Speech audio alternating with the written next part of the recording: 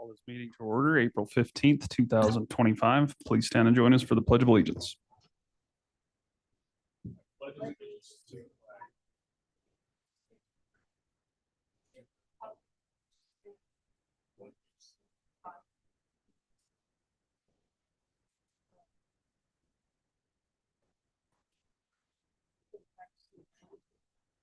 Good morning, all. Happy tax day. We do have a quorum present today with all 5 commissioners in attendance. Commissioners, if you've had a chance to review the agenda and there are no corrections, I'd entertain a motion for approval. So moved. Motion by Commissioner Jones. Do we have a second? Second. Second by Commissioner Richards. Any discussion? Hearing none, all those in favor signify by saying aye. Aye. Opposed, nay. Motion's unanimous. First up under tab A this morning, we've got 5 resolutions and public hearings through the Planning and Zoning Department. First is Resolution 25-04-ZO-01 for the approval of a zoning map amendment from agriculture to light industrial, as requested by Zachary and Elizabeth Crone with Crone Towing and Recovery. And at this time, I'd hand it over to County Planner Cassidy Brown. Thank you, Mr. Chair. So this morning, the applicant for this hearing and for the next one is going to be Zachary and Elizabeth Crone, and Elizabeth is here today if you have any questions for her. What we're looking at is approximately 27.7 acre parcel. And for infrastructure, there's Pipeline Road, Interstate 80, and Wamsutter Fire Response Area. Current zoning is agricultural, and we're looking to change that, amend it to be light industrial. So for a little bit of background and the purpose of this today, the Crones are looking to basically better accommodate their growing towing industry that they are growing towing and recovery operation that they currently have. They're looking to purchase this property if they can obtain the zone map amendment and also a conditional use permit, which is what we'll be hearing next. This parcel that they're looking at changing the zoning on is 27.7 acres. And so it exceeds the minimum district size for light industrial, and that will not be an issue there for them. So here's the property that we're looking at that they're looking to change the zoning on, and you can see it is right there off of I-80 and surrounded by agricultural zoning. We did our public posting there. There's 2 signs because, of course, we'll have the zone map amendment and the conditional use permit that they are applying for. And that brings us to our review criteria for the zone map amendment. The first is that the amendment is consistent and compatible with the current resolution and the comprehensive plan, and staff finds that it is. This is a good location for what the Crones are proposing.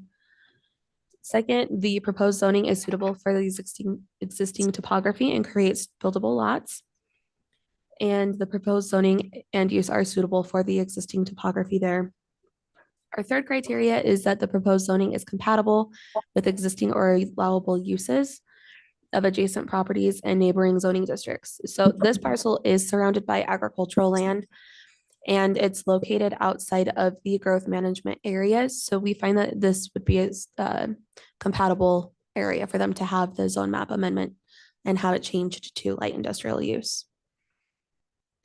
Number 4, the proposed zoning can demonstrate adequate public facilities, including roads, drainage, potable water, sanitary sewer, and police and fire protection exist or will exist to serve the requested use at the time such facilities are needed. The Crones have been really great. They've been working very hard on getting legal access to that property. So currently they're in the process. They have obtained basically intent from the adjacent property owner to sign over an access easement to them as soon as they do go ahead and move forth with purchasing the parcel that they're looking at. So they will have legal access to that parcel once everything has gone through with the zone map amendment, conditional use permit, and they decide to go ahead and purchase the property.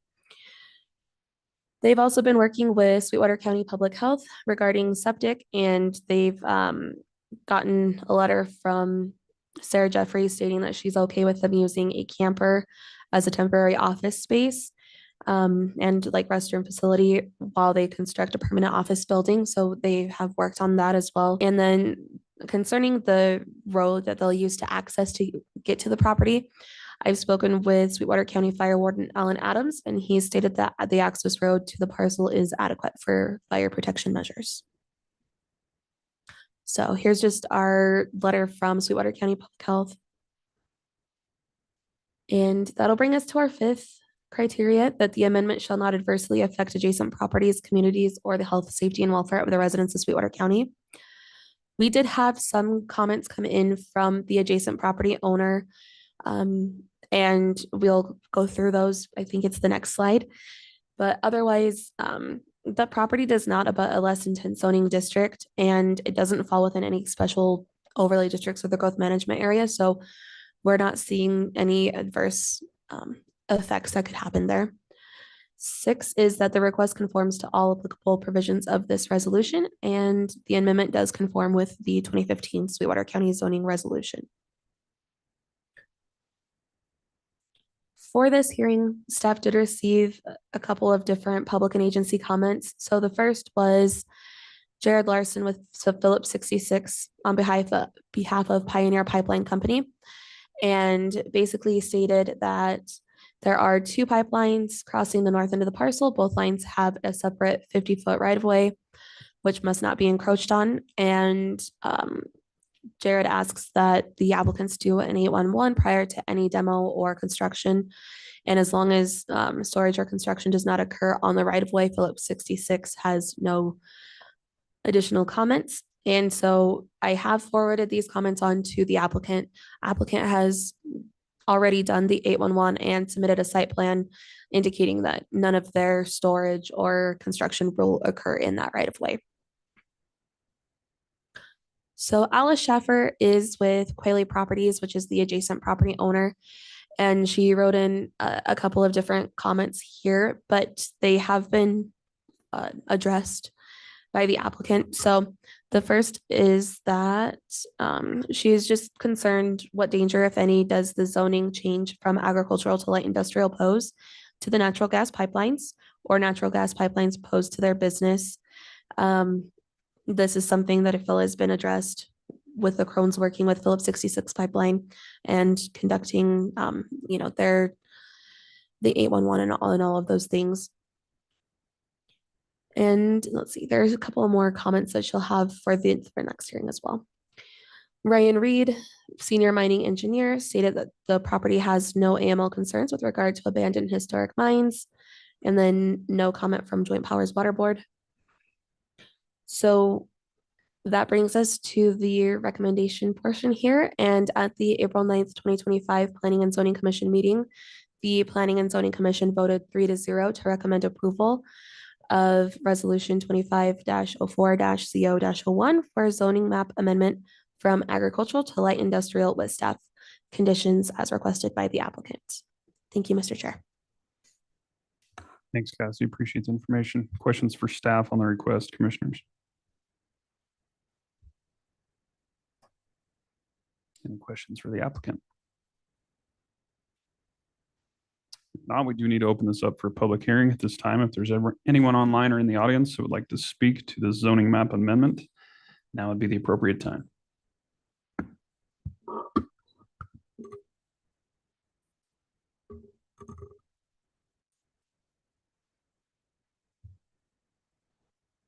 Seeing and hearing none, we'll go ahead and close the public hearing. And commissioners, what's your pleasure?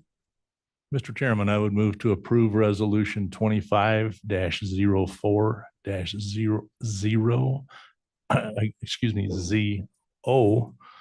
ZO-01 for approval of a zoning map amendment from agricultural to light industrial requested by Zachary and Elizabeth Crone, subject to P&Z staff recommendations. Thanks, Commissioner. We got a motion to approve resolution 25-04-ZO-01 by Commissioner Slaughter. Do we have a second? Second. Second by Commissioner Jones. Any discussion? Hearing none, all those in favor signify by saying aye. Aye. Opposed, nay. Motion's unanimous. Moving right along to item number 2 under tab A this morning is resolution 3504Z002 for approval of a conditional use permit for towing and salvage yard as requested by Zachary Crone with the Crone Towing and Recovery. We'll hand it back to Cassidy. Thank you, Mr. Chair. So as I stated previously, this is for the same property that we just looked at for the zoning map amendment. So I'll kind of skip through some of that just for the sake of time and not repeating myself too many times here. There are special conditional use review criteria for this use, so we'll go ahead and jump into those. The first is that that a salvage towing yard cannot be established within 600 feet of a church, school, or residential zoning district, or within 1 mile of a recreational facility. And this property is not located anywhere near a church, school, or residential zoning district. And it's also more than 1 mile away from a recreational facility. Our second one is that is hazardous waste inventory identifying possible storage or discharge of hazardous wastes. The applicant will be responsible for maintenance and proper disposal methods in conformity with the EQ regulations. C, we have, C and D both go over screening. However, this property is surrounded by agricultural zoning and is not within a special district overlay. Sorry. And it's also not within the growth management area, so it does not require screening. E, no stacking of vehicles is allowed over 6 feet in height unless approved by the board, and staff does not recommend stacking of vehicles. Something that the Crones have stated previously too is that their goal here is to not have any vehicles on the property for longer than they need to. So that really shouldn't be an issue. They won't need to stack or anything like that. F, the business must be licensed with the state of Wyoming, and Crone Towing and Recovery is licensed currently with the state of Wyoming. G, which I believe is our final requirement here, is that the conditional use for an impound salvage and storage yard for vehicles shall be termed for 2 years, at which time a new application may be submitted. Subsequent conditional use permits may be termed for a period established by the board. Okay. So for agency and public comments, I did include the prior one from Jared Larson with Philip 66, and that's been addressed. Jared Martin with Tesoro states that Tesoro Logistics Northwest Pipeline will be affected by this work and will need to be contacted when work is being performed. They have an existing 8-inch pipeline on the north side of the property running east and west across the property. And the applicants have been in contact with Jared Martin on this. So here are some additional comments from Alice Schaffer with Quayle Properties, the adjacent property owner. And Alice is also the person who is going to be granting the Crones their access easement. A couple of the concerns that she had just were that there will be potentially 2 record and recovery businesses within 1 mile of another. Basically on either side of the Quayle property, there's a potential for a towing and recovery business. So the hearings that we'll hear later on today will be for property on the other side of Quayle properties. So it would be like a wrecking and recovery business here, and then Quayle, and then another one potentially down the road. So she was a little concerned about that, just, if it's feasible for those types of companies to exist that close to each other. But from a land use standpoint, it is in a good area, and this one, they do meet the requirements that we're looking for. So let's see. She also raised some concern over the access road, and through time and working with Alice and the Crones and YDOT and the different entities there, they've come to an agreement that she will grant them an access easement there. She was curious on who it would be up to maintain that road and to bring it up to maybe a better standard for like optimal use there, but that's something that's going to be between the people that are agreeing to have that access easement between the applicant and Alice herself. And that will bring us to recommendations at the April 9th, 2025 Planning and Zoning Commission meeting. The Planning and Zoning Commission voted 3-0 to recommend approval of Resolution 25-04-ZO-02 for a conditional use permit with staff conditions as requested by the applicant. Thank you, Mr. Chair. Thanks, Cassidy. Any questions for staff on the request? Or for the applicant? I had a couple, but you addressed them. One was the screening and then I guess the road responsibility, but you covered that. So I appreciate that. If there's no questions, we do need to open this one up for a public hearing. So at this time, if there's anyone in the audience or online that would like to speak to this conditional use permit request, now would be the appropriate time.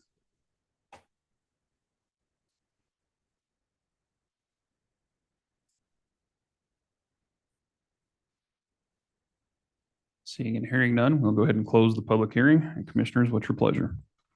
Mr. Chairman, I would move to approve resolution 25-04-ZO-02 for approval of a conditional use permit for an impound yard, subject to P and Z staff recommendations. Have a motion to approve by Commissioner Slaughter. Do we have a second? Second. Second by Commissioner Jones. Any discussion? Hearing none, all those in favor signify by saying aye. Aye. Opposed, nay. Motion's unanimous. Item number 3 under tab A this morning is resolution 25-04-ZO-03 for the approval of a conditional use permit renewal as requested by Towing and Salvage Yard Company Susan C. Chapman with LJD Towing and Repair. And I'll hand it back to Cassidy. Great, thank you very much. So I do see that we have a representative from LJD Towing online if there are any questions for them. But with that, we'll go ahead and jump in here. So our applicant is Susan C. Chapman with LJD Towing and Repair, Inc. This is for lots 4 and 15 of block 15 of the 5th section of the Mountaineer subdivision, which is a total of about 1.34 acres. So the address there is 7146 Foothill Drive and 162 Pyramid Drive. These are properties that are, they go back to back with each other. So they're right next to each other. The current zoning here is commercial and it is located within the growth management area. Infrastructure that exists is Pyramid Drive, Foothill Boulevard, Fire District number 1 response area, Rocky Mountain Power, Dominion Energy Gas, and White Mountain Water and Sewer District. So for some background on this, LJD Towing and Repair has been operating an impound and towing yard at this location since approximately 1996. Susan Chapman, our applicant, has helped staff in the past clean up another property nearby that was owned by herself and another individual, Leon Doan. And in 2023, YDOT was in the process of updating all of their records electronically for towing, impound, storage, and salvage companies, and making sure that they were in compliance with local regulations. Susan received a call from YDOT about this, and she reached out to staff to see what needed to be done to make sure she was in compliance. Turns out that neither she nor the county ever had any records to indicate that this location was approved for an impound and storage yard. So we went ahead and moved through the process with her previously to get this thing as compliant as possible. So she's currently in the process of cleaning up the property and has the goal of keeping only minimal vehicles on the lot as they impound them. The location has been cleaned up and continues to be more and more cleaned up each time staff has been on site since. She is willing and wanting to sell and or dispose of vehicles as soon as possible. We did have our public posting here. And that'll bring us to our conditional use permit review criteria, of which there are 9.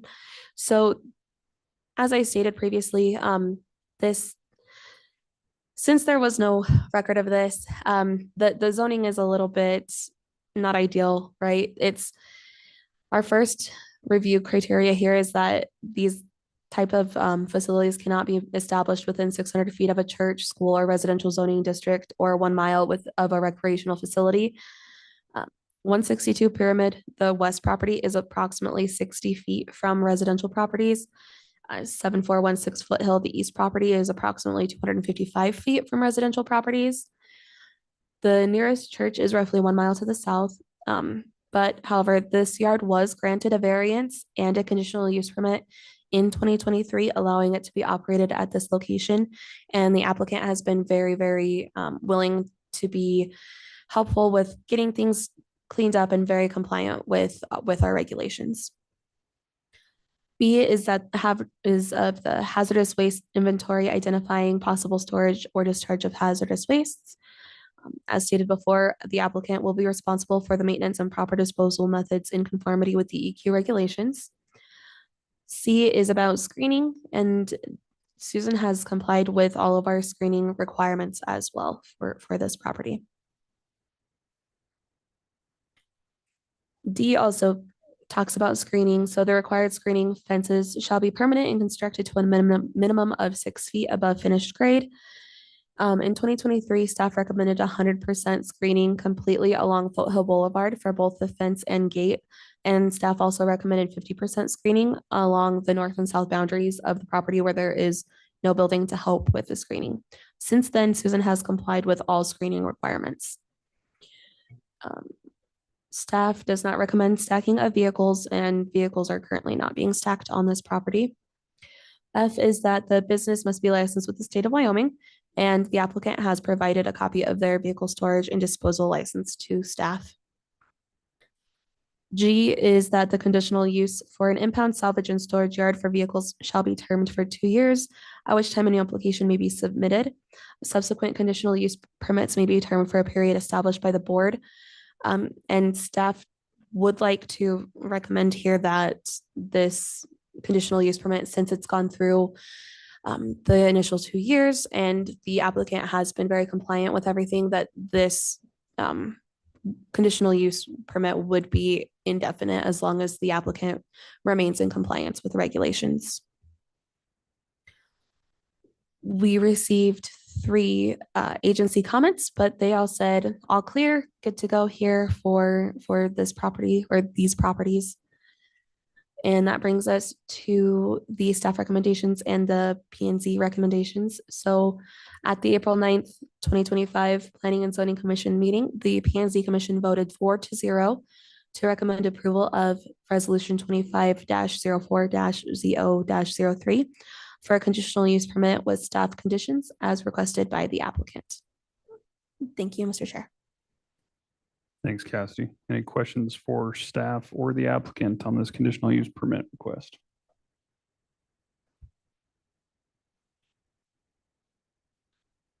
If not, we need to open this one up for a public hearing. So at this time, if there's anyone online or in the audience that would like to address this conditional use permit renewal application, now would be the appropriate time.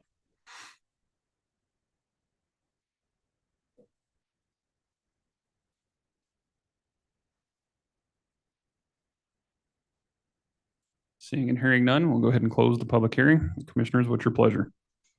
Mr. Chairman, I would move to approve resolution 25-04-ZO-03 for approval of a conditional use permit for an impound and storage yard by Susan Campbell operating as LJD Towing and Repair. Once again, subject to P&Z staff recommendations. A motion to approve by Commissioner Slaughter. Do we have a second? I would second that. Second by Commissioner Toman. Any discussion? Just say I applaud the efforts to clean that up and to comply with county staff. I know there's been a lot of that that's taken place, so much appreciated, and makes it a little easier to renew the permit. We do have a motion and a second on the table. All those in favor signify by saying aye. Aye. Opposed, nay. Motion's unanimous. Moving right along to item number 4, we've got resolution 25-04-ZO-04 for the approval of a variance for a minimum district size of 10 acres for light industrial zoning district as requested by Brian Smith on behalf of Jody Young. I'll hand it back to Cassidy. Thank you, Mr. Chair. So the property that we're looking at for this hearing today is approximately 6 acres, and it's located in the northeast quarter of Section 5, Township 19 North, Range 95 West of the 6th Principal Meridian in Sweetwater County. Current zoning is commercial. Our infrastructure here is Wamsutter Fire Response Area and Interstate 80. Little bit of summary here. So Brian Smith, on behalf of Jody Young, has requested a variance from the minimum district size of 10 acres for light industrial zoning districts per section 5.b of the 2015 Sweetwater County zoning regulations. The current property owners, Charles and Jody Young, are looking to sell the property, and they feel that changing the zoning from commercial to light industrial will better meet the needs of a potential purchaser that they have in line. That purchaser is Consolidated Rentals of Casper LLC.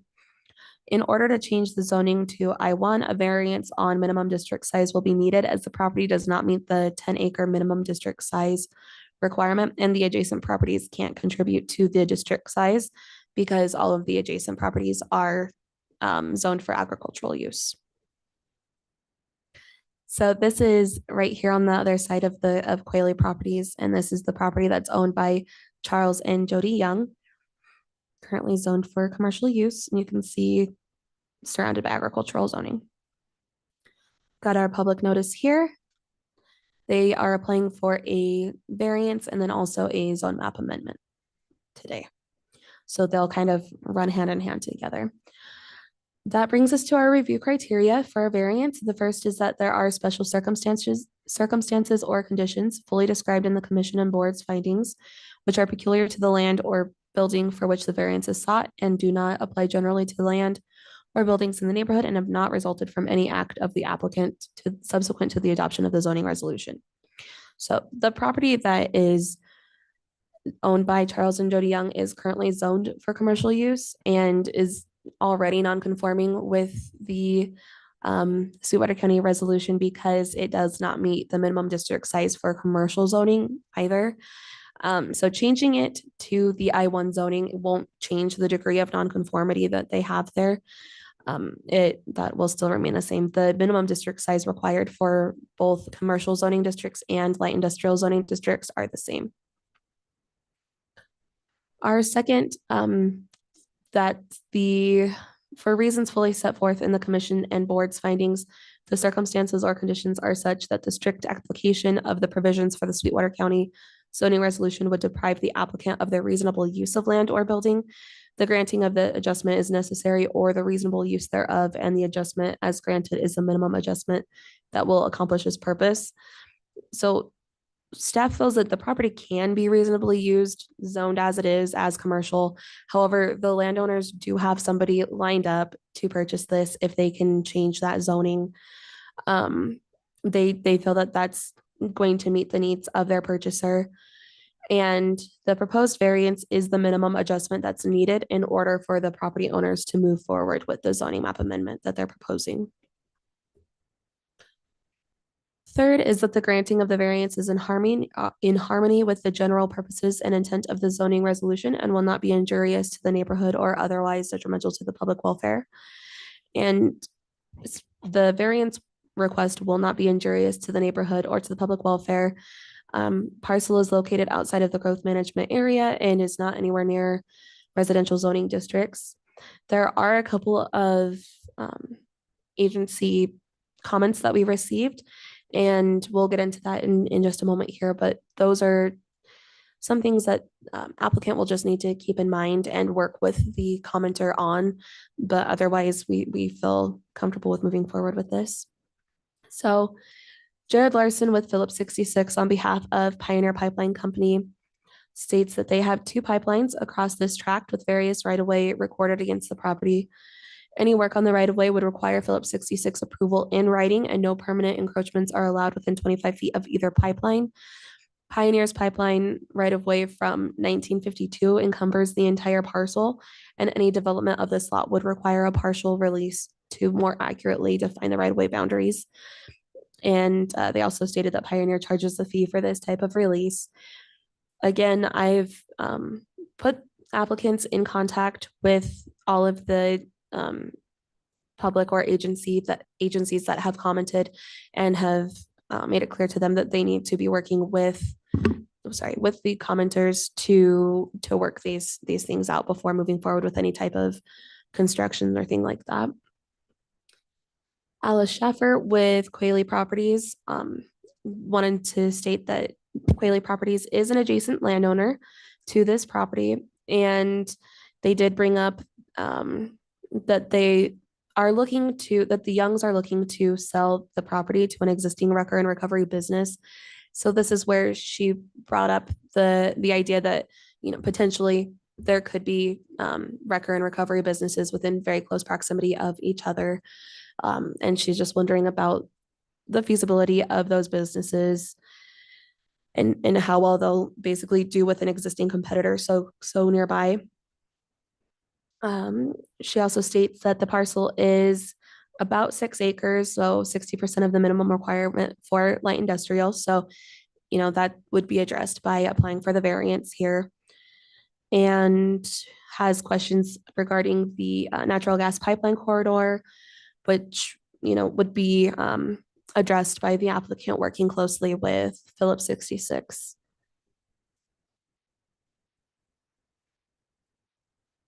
Let's see. Alice Schaffer also brought up the access road from the interstate interchange is property of Wyoming Department of Transportation.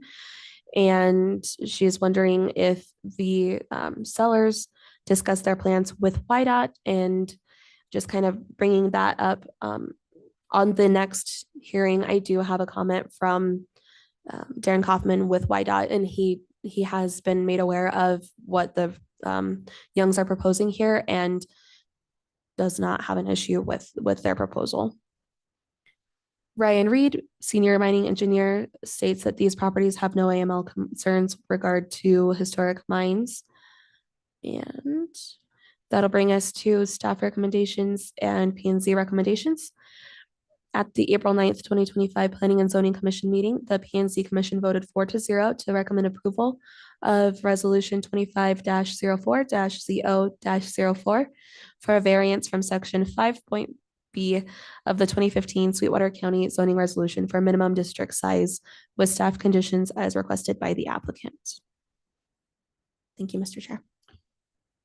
Thanks, Cassidy. Any questions for staff or the applicant on this variance request, commissioners?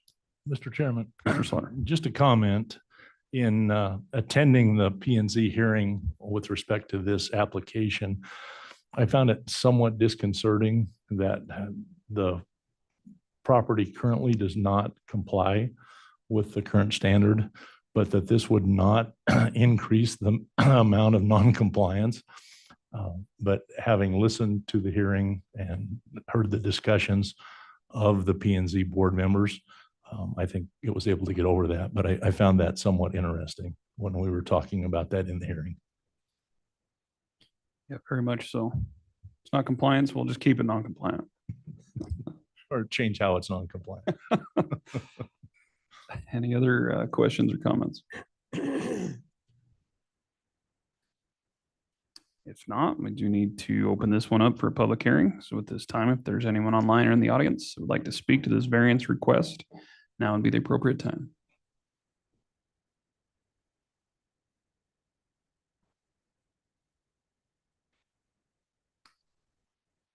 Seeing and hearing none, we'll go ahead and close the public hearing. And commissioners, what's your pleasure? Mr. Chairman, Commissioner Tillman. I would move to approve Resolution 2504-ZO-04 for a variance of a minimum district size of 10 acres for a light industrial zoning district as requested by Brian Smith on behalf of Jody Young. You have a motion to approve by Commissioner Tillman. Do we have a second? Second. Second by Commissioner Jones. Any discussion? Mr. Chairman, Commissioner Richards. just to address the compliance issue, we deal with this a lot in Sweetwater County because a lot of these subdivisions happened before Sweetwater County actually had zoning regulations and minimum lot sizes, minimum district sizes. So we're going to see this and continually see it as we, especially in the farther reaches, we actually had a non-compliance issue on the one we did for LJD, which was, it was too close to residential, but as we all know, North of Rock Springs was a hodgepodge of residential and industrial. And it is just something that we have to deal with. We have small lots out there that don't conform to rules we came up afterward. So I don't have a problem with that. I think my biggest concern is probably Ms. Shaver's concern that we're going to have a whole bunch of salvage yards lining the interstate. But that's kind of the nature of the combination of industrial and agricultural land. Agricultural is a placeholder, and it's going to be up next to industrial land. So I don't see a better place to put salvage yards than out in the middle of the red desert. So is it perfect? No, but it is the use that people want for their own property. So. Very good. Thanks, Commissioner. Any other comments? You have a motion and a second on the table. All those in favor signify by saying aye. Aye. Aye. Opposed, nay. Motion's unanimous. And our final item under tab A this morning is resolution 25-04-ZO-05 for the approval of a zoning map amendment from commercial to light industrial as requested by Brian Smith on behalf of Jody Young. We'll hand it back to Cassidy. Thank you, Mr. Chair. So we're looking at the same property here, same applicants, so we'll kind of move forward a little bit. The current property owners are looking to sell this property, and they're hoping to change the zoning from commercial to light industrial to meet the needs of their potential purchaser. The person that is looking to potentially purchase this property down the line intends to come forward and apply for a conditional use permit and things like that for the salvage storage yard. But that'll be upon approval of these amendments and depending on if they actually purchase the property. So in order to change the zoning to I-1, a variance for minimum district size was needed for the property because it did not meet the minimum district size, as you know. We'll go ahead and jump forward just to the criteria here for a zone map amendment. So this amendment does encourage growth and development to continue in an orderly manner in locations that contribute to the economic and social well-being of county residents. As Commissioner Richards stated, it is a good spot for these types of businesses to be located in Sweetwater County along Interstate 80 out in the Red Desert area. Second, the proposed zoning is suitable for the existing topography and creates buildable lots. And this proposed zoning and use is suitable for the existing topography. This parcel is surrounded by agricultural zone land, similar to how the previously discussed Crone property soon to be Crone property is also surrounded by agricultural land and also outside of the growth management area. Eventually, the potential purchaser of the parcel intends to apply for a conditional use permit for an impound salvage and recovery yard. And staff finds that this is the zoning here that is being proposed is compatible with the existing or allowable uses of the adjacent properties. 4, adequate facilities exist for this site already. 5, the amendment shall not adversely affect adjacent properties, communities, or the health, safety, and welfare of the residents of Sweetwater County. This amendment does not adversely affect adjacent properties. The property does not abut a less intense zoning district and does not fall within any special overlay districts or the growth management area. Staff have received some comments raising concern over the amendment, but we have discussed those in previous hearings. 6, the request conforms to all applicable provisions of this resolution, and the amendment will conform with the 2015 zoning resolution upon approval of the proposed variance for minimum district size. These are the same comments that we saw before with the variance, Jared Larson, Phillips 66, and the again, applicant has been directed to work closely with Jared Larson and with Alice Jaffer, these are the same concerns there that she raised previously. And then Darren Kaufman with YDOT did say that he has no objections with the access road being used, as was brought up by Ms. Schaffer. And that brings us right to the staff recommendations. So at the April 9th, 2025 Planning and Zoning Commission meeting, the P&Z Commission voted 4-0 to recommend approval of Resolution 25-04-ZO-05 for a zoning map amendment from commercial to light industrial with staff conditions as requested by the applicant. And that's all I have, Mr. Chair. Thanks, Cassie. Appreciate all of those. It's a lot of work. Any questions for staff or the applicant, commissioners? Not, we do need to open this up for final public hearing for the approval of a zoning map amendment. If there's anyone online or in the audience who would like to speak to this, now would be the appropriate time. Hello, everybody. This is Brian Smith. Can you hear me? We can. Okay, great. I just wanted to point out that my buyer, once they purchase the property, they don't plan on storing vehicles. They're just going to move them in and move them out as fast as they possibly can. It's not going to be a storage area for vehicles or trucks. I just wanted to point that out. Thanks, Brian. Appreciate that. Anyone else?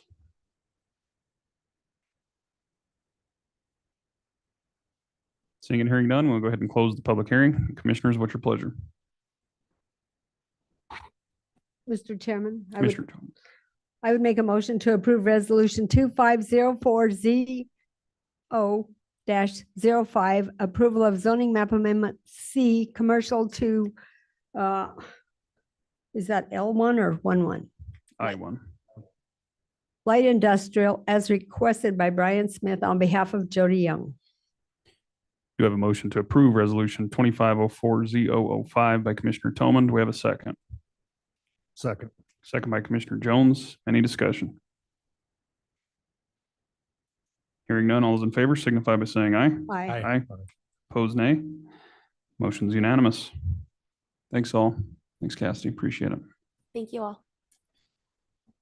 It's going to move us right along into county resident comments and concerns. At this time, if there's anyone online or in the audience who would like to address the governing body on any issues, we limit this to 3 minutes, and we ask that you come up, introduce yourself at this time.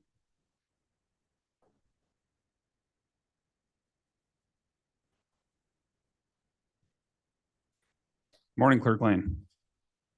Good morning, Chairman, Commissioners. I just wanted to take a quick opportunity to apologize for last meeting where my blood pressure was in 190 over 100 something. So I had to miss the meeting and spent a little week-long hospital stay at the ICU at Memorial Hospital. And I just wanted to give a shout out to them for the care and the treatment that I did receive there.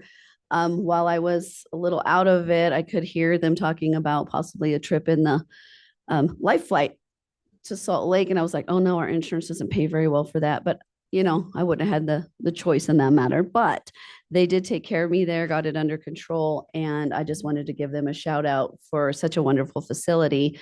And I'm really excited now that our laboratory to get done, the one that the commission matched a grant for, because once that happens, we can have all these tests done here and we can get out a little earlier instead of having to wait for the tests to come back. So I do want to let you know that our money is well spent there and they do a great job. So I just wanted to say that. Mr. Chairman, Commissioner Tolman. I would like to add, I might not be able to talk too long in the branding trail this weekend. Shout out to Sally Shoemaker for being so attentive. Yes, Taking and such good my care of all of us. staff for getting me over to Rock Springs to get to the hospital, took me to my family while you guys were on lunch. So I do appreciate them and for noticing and but I just wanted to let you know that I do appreciate our hospital and all of you for understanding. Well, absolutely. And no need to apologize. We're glad to see you upright and back to the grind, so to speak. And that was a long week for you. So I'm Yes. glad staff was looking out for you. And we were up here just rambling on about nothing, I'm sure, and didn't even notice. So I just didn't want you to think I was just sleeping. It wasn't boring or anything. I was just, all right. Thank you. thank you. We'll continue to send good vibes your way. Anyone else who would like to address the governing body? Yes, sir. Not a problem. We made him do too much monitoring out in the field, wore his legs out. We made you do too much monitoring out in the field with the conservation district. More of that, I'll tell you what. That was good days, good days. 88 years, and it's just a little bit old for me. Some of you know me, some of you don't. I'm Lee Splett, Clearview, Clearview Acres subdivision. And I'd like to address the commission concerning some billing procedures that are being instigated by the Improvement District Board. Preliminary, I'd like to comment you or compliment you on the looks of your new digs here. This looks really nice and very professional. And as a citizen of the county, I appreciate it. Some time back, I came before the board and inquired as to whether or not the board had been reviewing the billing procedures as instigated by the Improvement District. And it's my contention that they don't meet the confines of the statute concerning improvement districts. And this Improvement District does, or law does state that the billing process should be reviewed by the commission in order to ensure that it is within the confines of the statute. And so I come before you asking you to take a look at this. I don't think it would be appropriate for me to cite the statute and the various aspects of it.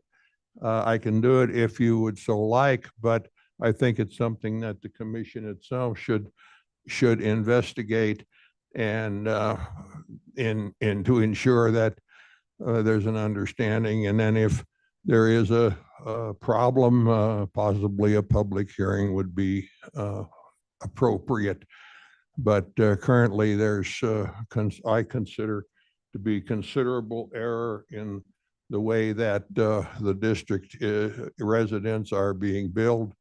And it amounts to, well, a small amount per resident, about $20 a month. It amounts to a total of some in excess of $80,000 a year that we feel is inappropriate. So I appreciate it if the commission could take a look at this, since it is in the statute that the commission should review these fees. And I guess under that, if you've got any questions, I'd be glad to answer them. Thanks, Mr. Splett. Appreciate you coming over this morning. Have you addressed the Improvement District Board with some of these concerns? Oh, you betcha. Okay. You betcha. Yeah, I've actually been thrown out of the office. I've had some other issues with them. They're pretty well set in their ways, and they're not going to listen to one of the old hands that was around since this thing was in conception. I've lived out there for over 50 years, and the district was approved 40 years ago, and I served many years on the board of directors and as an employee of the district, as well as on many committees that were established, some of which were prior to the rezoning of the district, which eliminated some of our concerns, didn't give us the right to. The homeowners association went bye-bye, as well as the zoning was redone, so our covenants went bye-bye. And but that's kind of behind. What we're looking at right now is fair and equitable billing of the services that are provided to us. Okay. I know they're an elected board, and so to have an answer for you today, we'll have to look into the statutes you speak to in regards to the commissioner review on that, but we can certainly do that. We appreciate all the help you could give us, at least to look into it. And I think my recommendation would be that you get the county attorney involved in this. Some years back, we had a lot of theft that occurred. The previous board was never assessed or convicted or done anything for many years. Actually, the district did not exist at all, and nothing that they did was legal because they had never constituted themselves properly by electing a president, treasurer, and secretary. And so one of the I see a lot of inappropriate action in Sweetwater County, and it's kind of bothersome, particularly when we see an organization that's had a lot of embezzlement, and but nobody seems to be looking at it prior to the embezzlement. We send somebody to jail, which then we pay them $30,000. We have to pay $30,000 a year to support this person, which comes out of our tax money, which makes that much less money available for the necessities of our county and the people, the residents here who actually, we front the money, and we just want equity. But I think we need to take a better look of how things are done.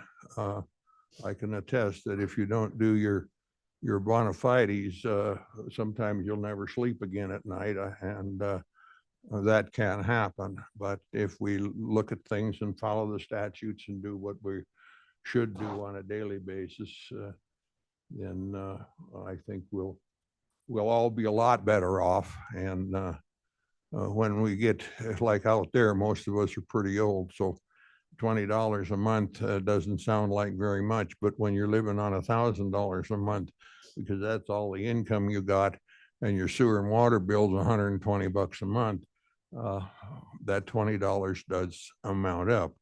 A couple, that's the difference sometimes between whether you're going to get a can of beans or whether you're going to get something with your little bacon with your beans. Yeah, I kind of like my bacon, but I'm 88 years old. My wife is incapacitated. I'm hobbling around here like I'm not sure what, on a pogo stick. And but I appreciate all the work that you folks do. And I know something like this can be a burden to you. I've worked with Mary for many years, and I found her to be a very, very good person to work with. I know Island Richards from years back, Keaton West. I'm not too familiar with Mr. Jones or Mr. Slaughter, but you all have good reputation. So I appreciate your time, and if I can, if I can help in any way, I would be glad to.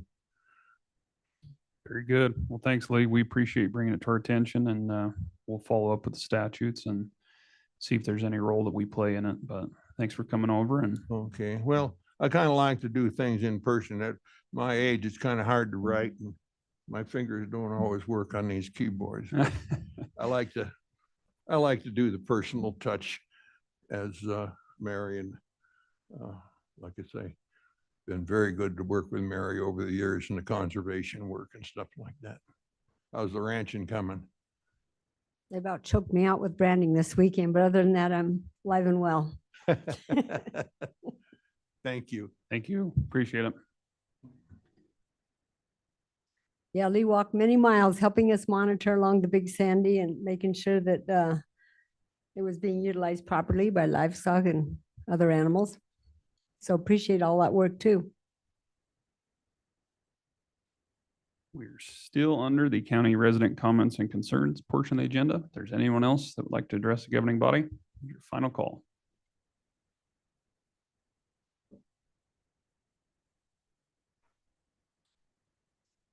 With that, we'll go ahead and close the county resident comments and concerns portion of the agenda. It's going to move us right along into tab B.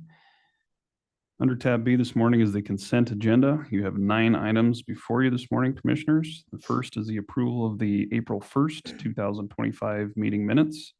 Second is the approval of the county vouchers, warrants, the expenditure approval listing, and the commissioner's report. Third is the approval of bonds. Fourth is the approval of the monthly reports. Fifth, the approval of the abates and rebates. Sixth is the approval of the hospital maintenance expenditures. 7 is a request to ratify the Coalition of Local Governments comments on the interim final rule for removal of the National Environmental Policy Act implementing regulations. 8 is a request to ratify the CLG scoping comments on the Bureau of Land Management's oil and gas litigated leases environmental impact statement. And finally, number 9 is a request to restaff a vacant position in the detention center. Commissioners, I would ask if there's any requests to remove any items off of the consent agenda before you this morning. If not, I'd entertain a motion to approve the consent agenda as presented. Mr. Chairman, I would make that motion. Got a motion by Commissioner Tillman. Do we have a second? Second. Second by Commissioner Jones. Any discussion? Mr. Chairman, Commissioner Richards. in light of the legislative forum that some of us attended last week, one of the questions that came up from legislators is transparency on behalf of local governments. And I just wanted to point out to people that every 2 weeks when we meet in here, we approve this slate of items. And one of the items in this slate is the county vouchers. And in that report that's published on our website is every expenditure that we approve in this county. They're all there for the public to see, completely transparent. And I keep hearing that maybe the county needs audited. We get audited every year. And I keep hearing that maybe we should watch our expenses a little closer, but I just want to point out to the public that we do watch these expenses. 5 eyes get put on them on this dais every 2 weeks. And before we ever see them, the clerk's office goes through all of these and verifies them. And do we make mistakes? Yes, sometimes little things sneak through, but we do our best to adequately oversee the people's money. So that's all I had to say, Mr. Chairman. Very good. Thanks, Commissioner. Any other comments? Not, we do have a motion and a second on the table. All those in favor signify by saying aye. Aye. Opposed, nay. Motion's unanimous. It's going to move us right into commissioner comments. Looks like I'm up first today, so I guess lunch is on me. And I've got a pretty short report for you. The mayor and commissioner luncheon was canceled this month. Everyone had other obligations that conflicted, so we'll catch up next month in May. On the 4th, I jumped online for the federal partners meeting and heard updates from the different respective agencies. One item that was shared by the BLM Wildfire Division was that they'll be reducing their workforce due to the hiring freeze. I believe it was around 12 personnel. So that's a little bit alarming between some of the cuts that we've seen that'll be pushed on to improvement districts and now the hiring freeze with BLM side. I guess we'll hear more this afternoon when Fire District 1's in attendance. The other updates weren't a whole lot different from what we heard a couple weeks ago when the agencies were here giving us their annual updates. On the 9th, I had a virtual meeting with Chad Hudson, who's the forest supervisor with the Bridger Teton National Forest. As you might recall, back on, I believe it was February 4th, we sent a letter requesting to be a cooperator on the Bridger Teton National Forest. And Mr. Hudson wanted to respond. We're not in Bridger Teton's jurisdiction. Now, obviously, we're a neighboring county, but he had some pause on allowing an outside jurisdiction to be a part of the cooperating process. Uena County he had the same conversation with, who had also requested that. Currently, the overlapping jurisdictions are Fremont, Lincoln, Teton, and Sublet. But it was a good conversation we had, and he praised, Danielle with the CLG and her involvement throughout, and wanted to make it a point that he's willing to keep the lines of communication open with us and to set up any, town halls or whatever the case is to keep our input, because he values our input and says that's important. Obviously, even if we're not in their jurisdiction, we have, different recreation matters and, ranching and what have you that's taking place in the Bridger Tetons. So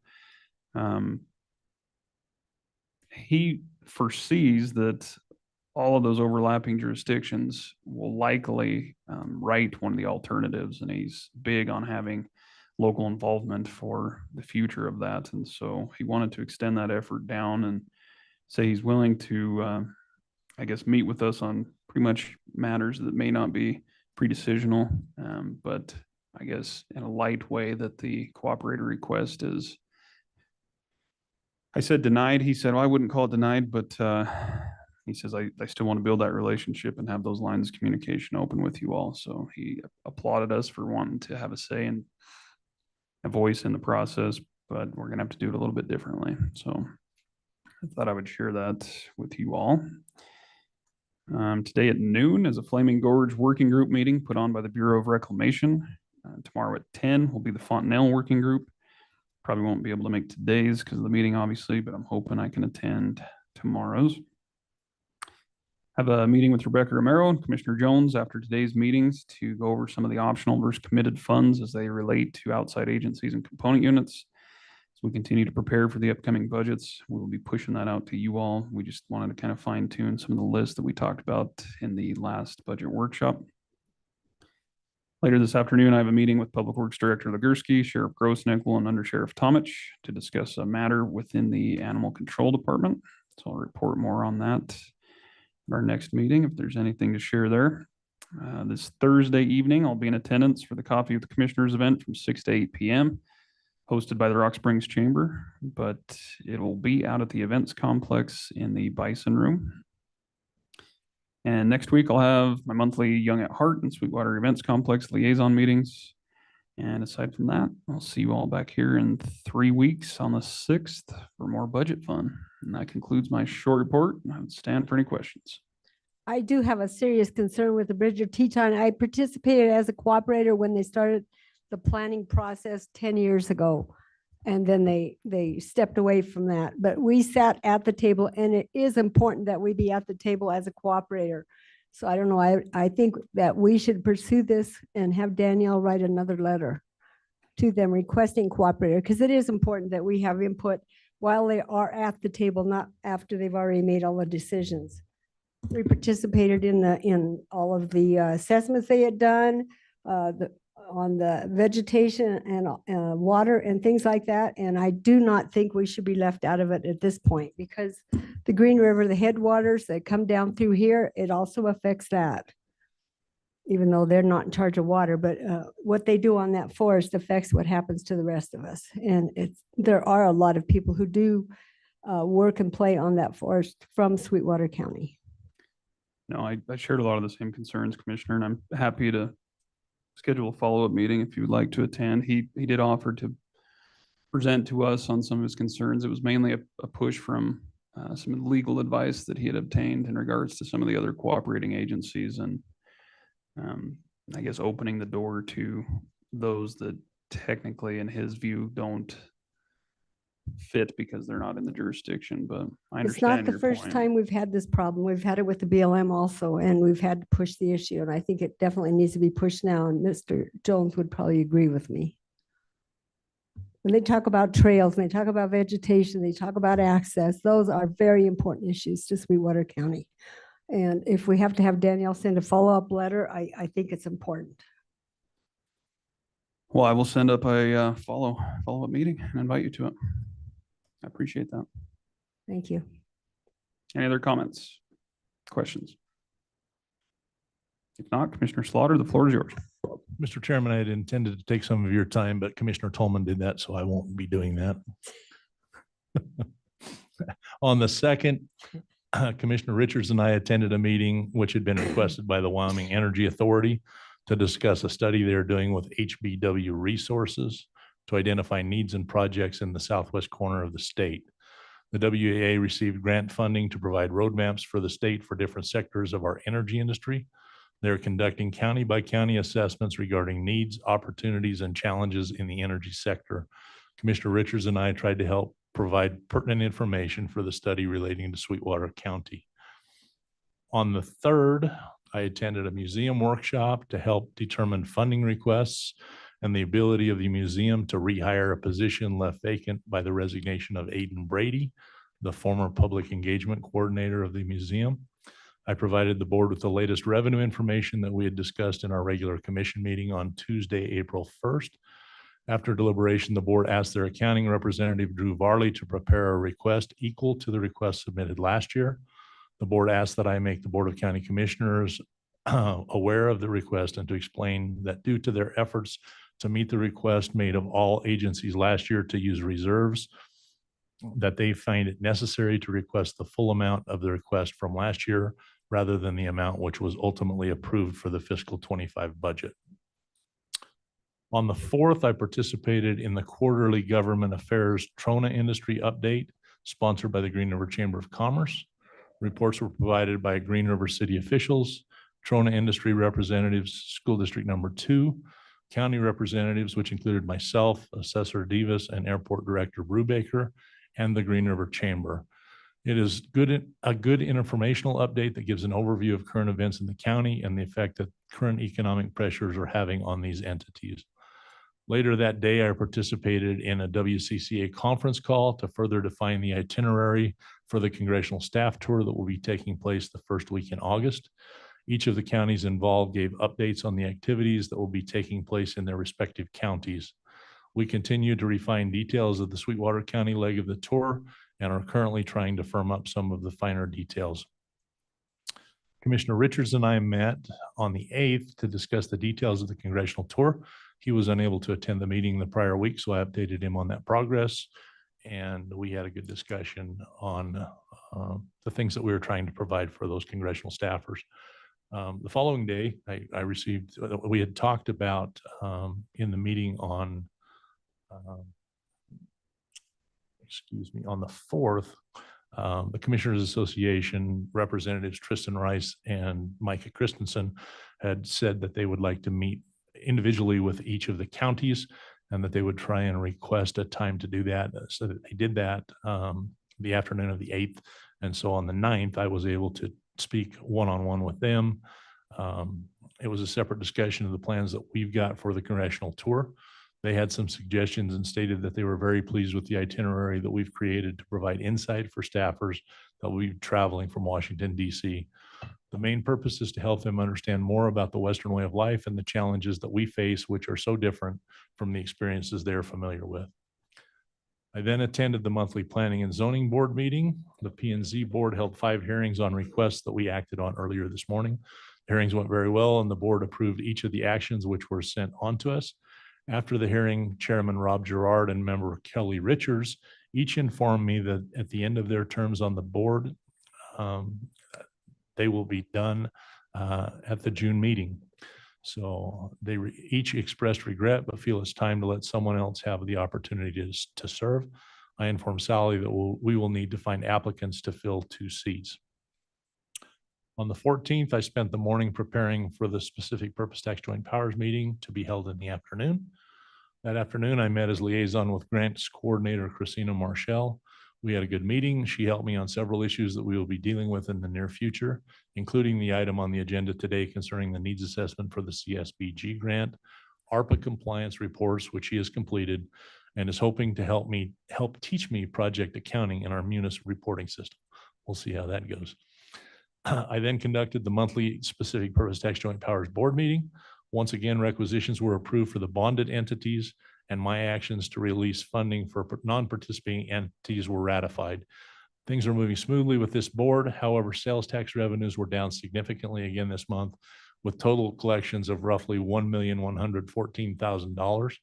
We're still well ahead of projected collections at this time with $33.7 million currently collected. Last evening, I attended the monthly STAR Transit meeting.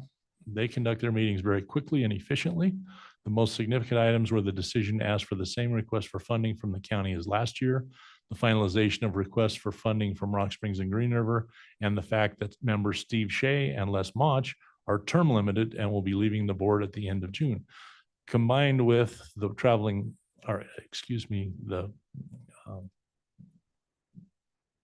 members who are leaving that I spoke about previously, and also the fact that we heard at the museum meeting that member Pete Costigan is moving, I'm starting to get a complex that this new liaison assignment I've got is forcing some of our board members to leave. So that's 5 of them in 2 months that have informed me that they're leaving at this point in time. So the rest of this week is also going to be extremely busy, as tomorrow I will be helping Climb Wyoming conduct mock interviews for their current program members. I will then attend the Green River Chamber of Commerce Awards Luncheon and attend the monthly regular meeting of the County Museum Board tomorrow evening. Thursday, I will attend the monthly Coalition of Local Governments meeting in Lyman and end the day with all of you at the Rock Springs Chamber of Coffee with Commissioners that evening. I've also finally been able to put together a small group to discuss the trap club, shooting, and archery ranges. I hope to have the initial meeting with that group next Monday. The hope is that we can find ways to update the facilities, increase usage, and provide a better experience for members for our outdoor sports community. Mr. Chairman, with that, I will end my report and I would stand for any questions. Thanks, Commissioner. Any questions, comments for Commissioner Slaughter's report?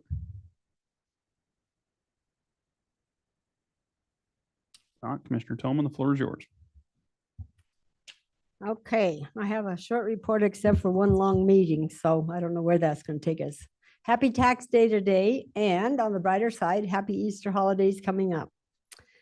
April 2nd, I attended a meeting hosted by Lincoln County Commissioners in Kimmer regarding energy in Southwest Wyoming and opportunities for partnerships. Andrew Browning of HPW Resources at Western States and Tribal Nations discussed 2 upcoming studies they are conducting, as the 2 other commissioners have reported. One is a natural gas infrastructure in the U.S. and 2 is a county-by-county energy development study regarding CCUS, hydrogen, AI, XGen, data centers, oil and gas. I would like to see this commission host a meeting with Andrew Browning and those industry partners who attended that meeting in Kimmer to follow up and get the results of his studies, and also to maybe move the agenda a step further to talk about some joint ventures, maybe meeting with the BLM on corridors as a starting point for fiber and oil and gas.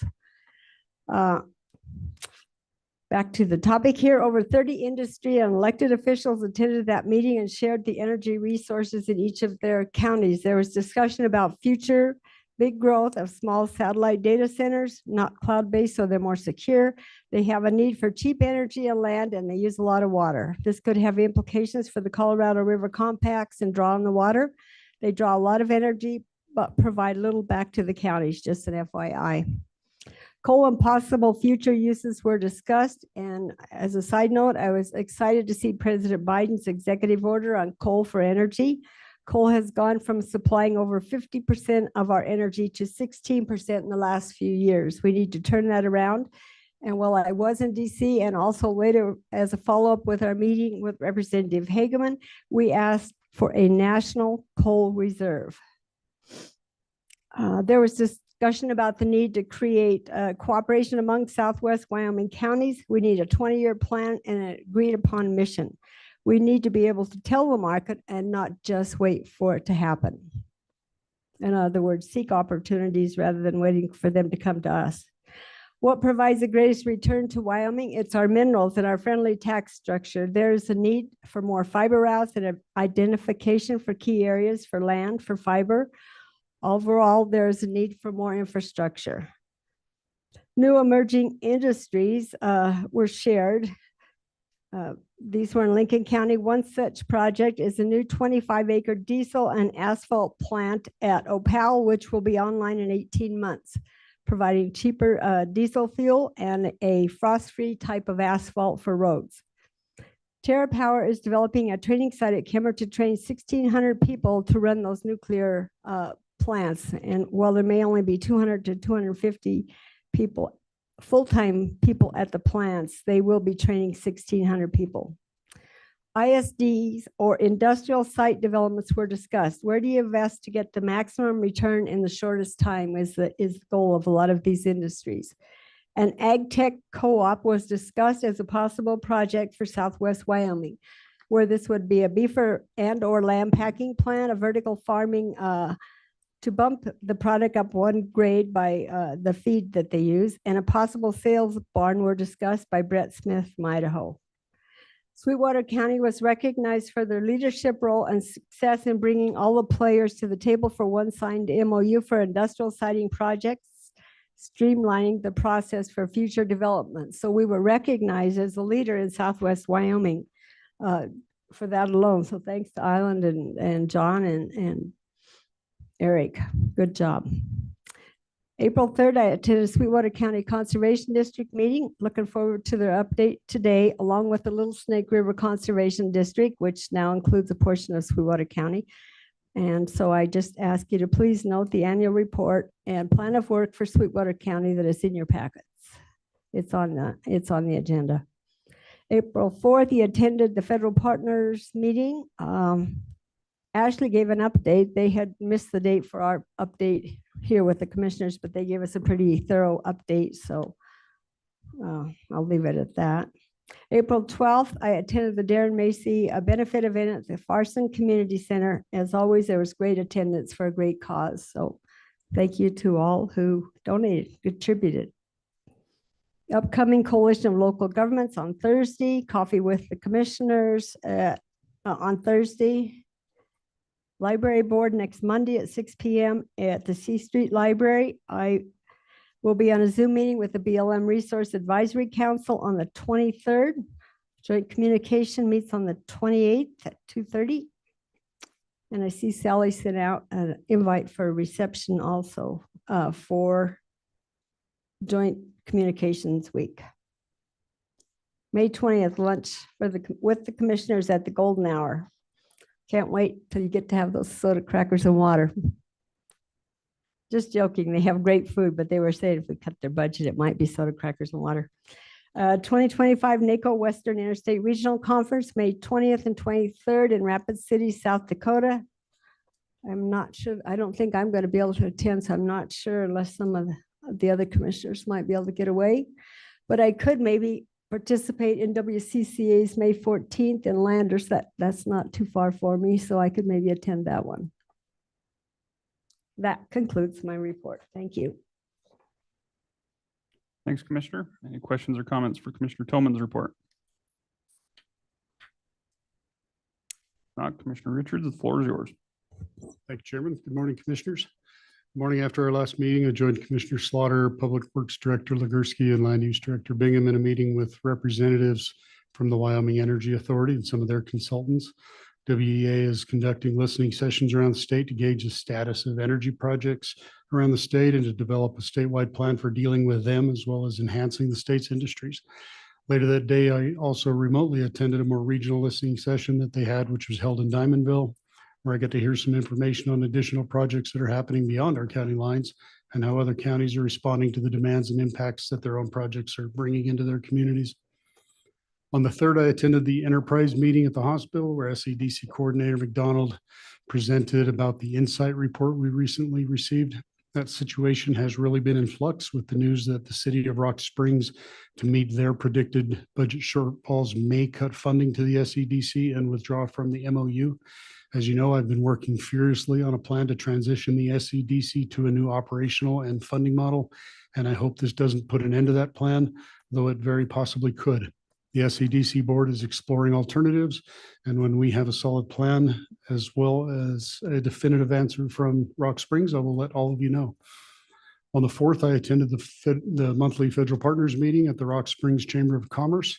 It was well attended with representatives from Senator Brasso's office, both the regional director and local field manager of the BLM, representatives of Sietskedy, as well as representatives from Ashley National Forest and the Flaming Gorge National Recreation Area attending. Some notable information we received is, as the chairman mentioned, and it seems to trend across all the federal agencies, is that their budgets and their manpower have been significantly reduced. In the BLM's case, they're seeing a pretty large reduction in the number of seasonal firefighters they'll have available in our region this year. I believe he said it was being reduced from the previous 21 down to 14. If they were to receive authorization for additional hires this year, it's already too late to hire and train them for this fire season. So it looks like we're stuck at that reduced number. They also see a reduced capacity for road maintenance this year, going so far that they believe they will have a hard time responding to washouts or other road damage situations in a timely manner, or if at all. Wildlife refuges have also seen large staff reductions that will likely impact their services. I believe their regional staffing has been reduced from about 7 in the region to 3. Forest Service hasn't fared much better, but they are moving forward with their water system upgrades at Buckboard. And interestingly enough, they are in the early stages of investigating the feasibility of developing a ski area in the Greendale Junction area. Of course, that would be on the Utah side, but it could increase recreational opportunities for our local residents in the future. On the 9th, I remotely attended a NACO CEWD committee meeting and later the monthly WCCA membership update. On the 10th, I attended an SEDC advisory board meeting, spent some time with our HR director, Gary McLean, and then I also attended the legislative panel hosted by the Rock Springs Chamber and was held at the Young at Heart Senior Center.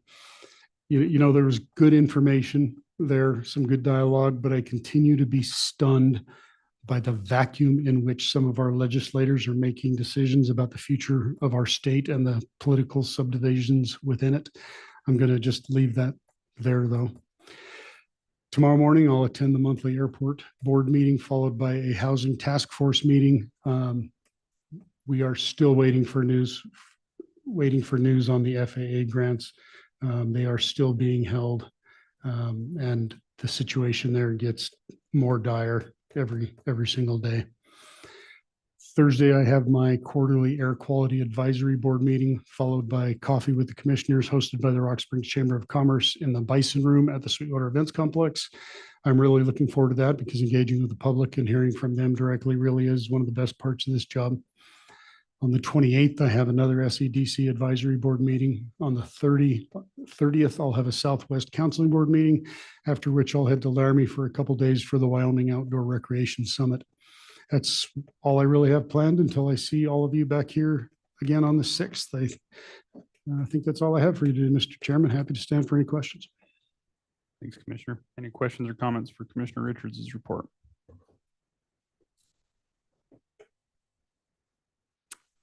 If not, Commissioner Jones, your bat and cleanup. Thank you, Mr. Chairman. This is a reasonably short report, so I will be quick. I did attend a hill climb at Beaver Mountain over the weekend and failed to use sunscreen, so your eyes aren't deceiving you. I really do look like this. Little PSA from me is everybody should use sunscreen. On the 2nd, I attended the Memorial Hospital Sweetwater County Monthly Board of Trustees meeting. Some of the topics covered were the quarterly report on their strategic plan, improvements on communication, regulatory readiness, financial stewardship, to name a few. With only 2 state behavioral health facilities in Evanston and Casper, the hospital is looking at how they may be able to help out in this area. The board has asked for a workshop further to discuss this, and I just received an email on that not too long ago. So we'll see where they go with it. It should be interesting. On the 4th, I attended the Federal Partners meeting. That one's pretty well been covered, so I'll move on. On the 9th, I had a meeting with a representative from YDOT to discuss a side-by-side ride we're putting together next year to celebrate our semi-sesquicentennial. Got it right. The ride is proposed to start in Evanston. It takes several days going across the state in the southern part of Wyoming, ending up on the steps of the Capitol on July 4th. That's next year, not this year. It's going to take a tremendous amount of planning as logistics of getting a bunch of side-by-sides, Jeeps, motorcycles, what have you, from one corner of the state to the other is a huge undertaking. Wyoming State Trails is going to play a major role in pulling this event off, so it should be a great opportunity to see parts of the state we all might not be familiar with. people will be able to ride certain segments of it if they choose, or the whole thing, whatever you would like to do. So please think on that. Have plenty of time to set some time aside. On the 10th, I attended the monthly Rock Springs Chamber of Commerce luncheon where Janessa Meredith gave a presentation on travel and tourism. Also on the 10th, attended the legislative panel put on by the Rock Springs Chamber of Commerce.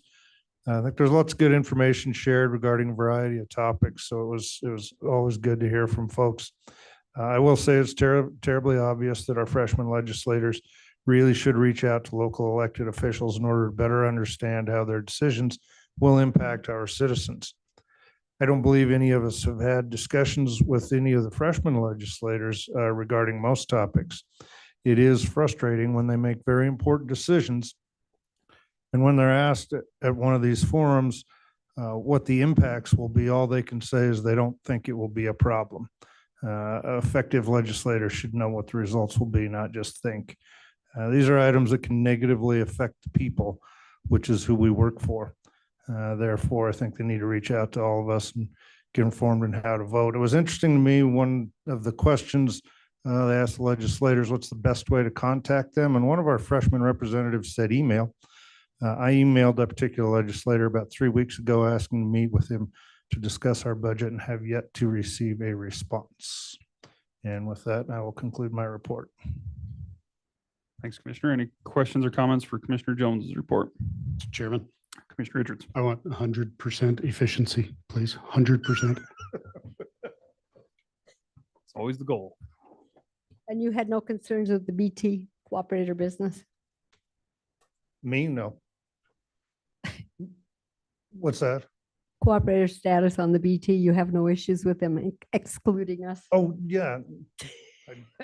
But you covered that, so I Okay, didn't think I needed to. okay. But I how just- about ditto? Does that cover it then? Okay. Okay, I believe that concludes the commissioner comments portion of the agenda. That's going to move us to item C. We are 3 minutes ahead of schedule, so we are going to take a quick break. We will resume back here at 10:40.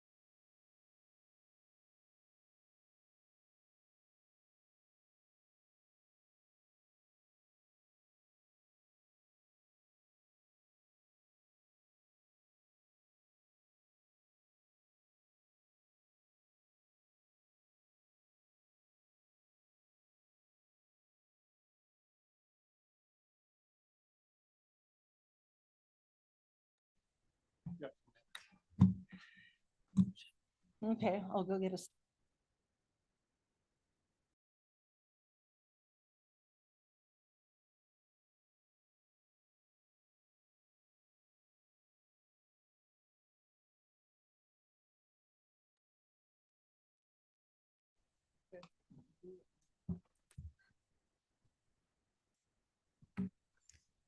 We'll call this meeting back to order.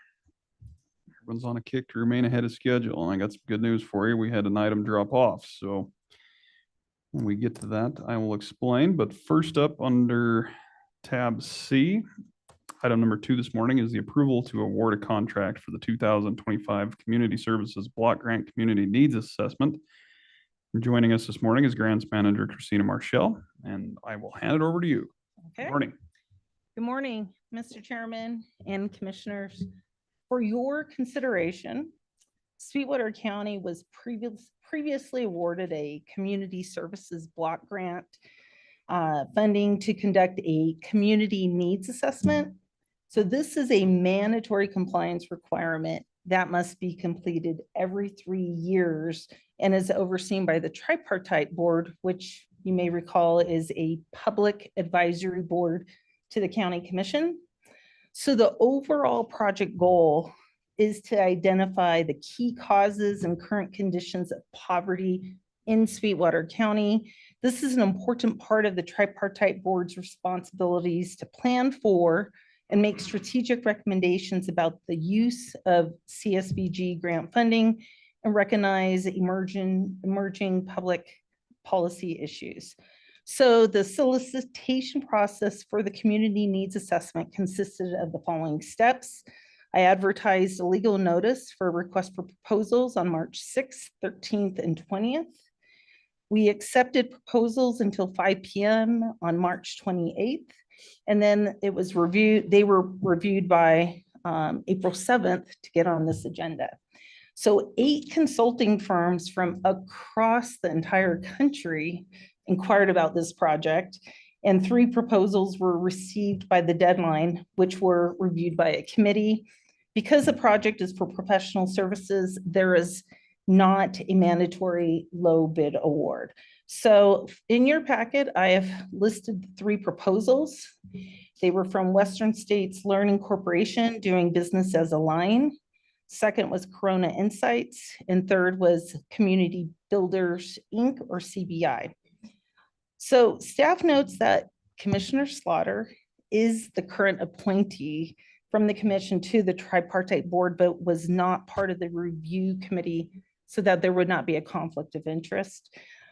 There will be no budgetary impacts to the county as a result of this grant funded project. The electronic copy of the final report will be made available to the public on the county's website under the tripartite board, which is oftentimes used by outside entities to procure other funding. So they cite this report in their request for funding. So staff recommends awarding the contract to Community Builders, Inc., who received the highest average score and was within the approved grant budget for this project. However, ultimately, it's up to you to decide who you want to award it to. In your packet, I've attached a summary, the scoring summary. Second, there was the actual contract to award this. Next, I have all 3 proposals for you.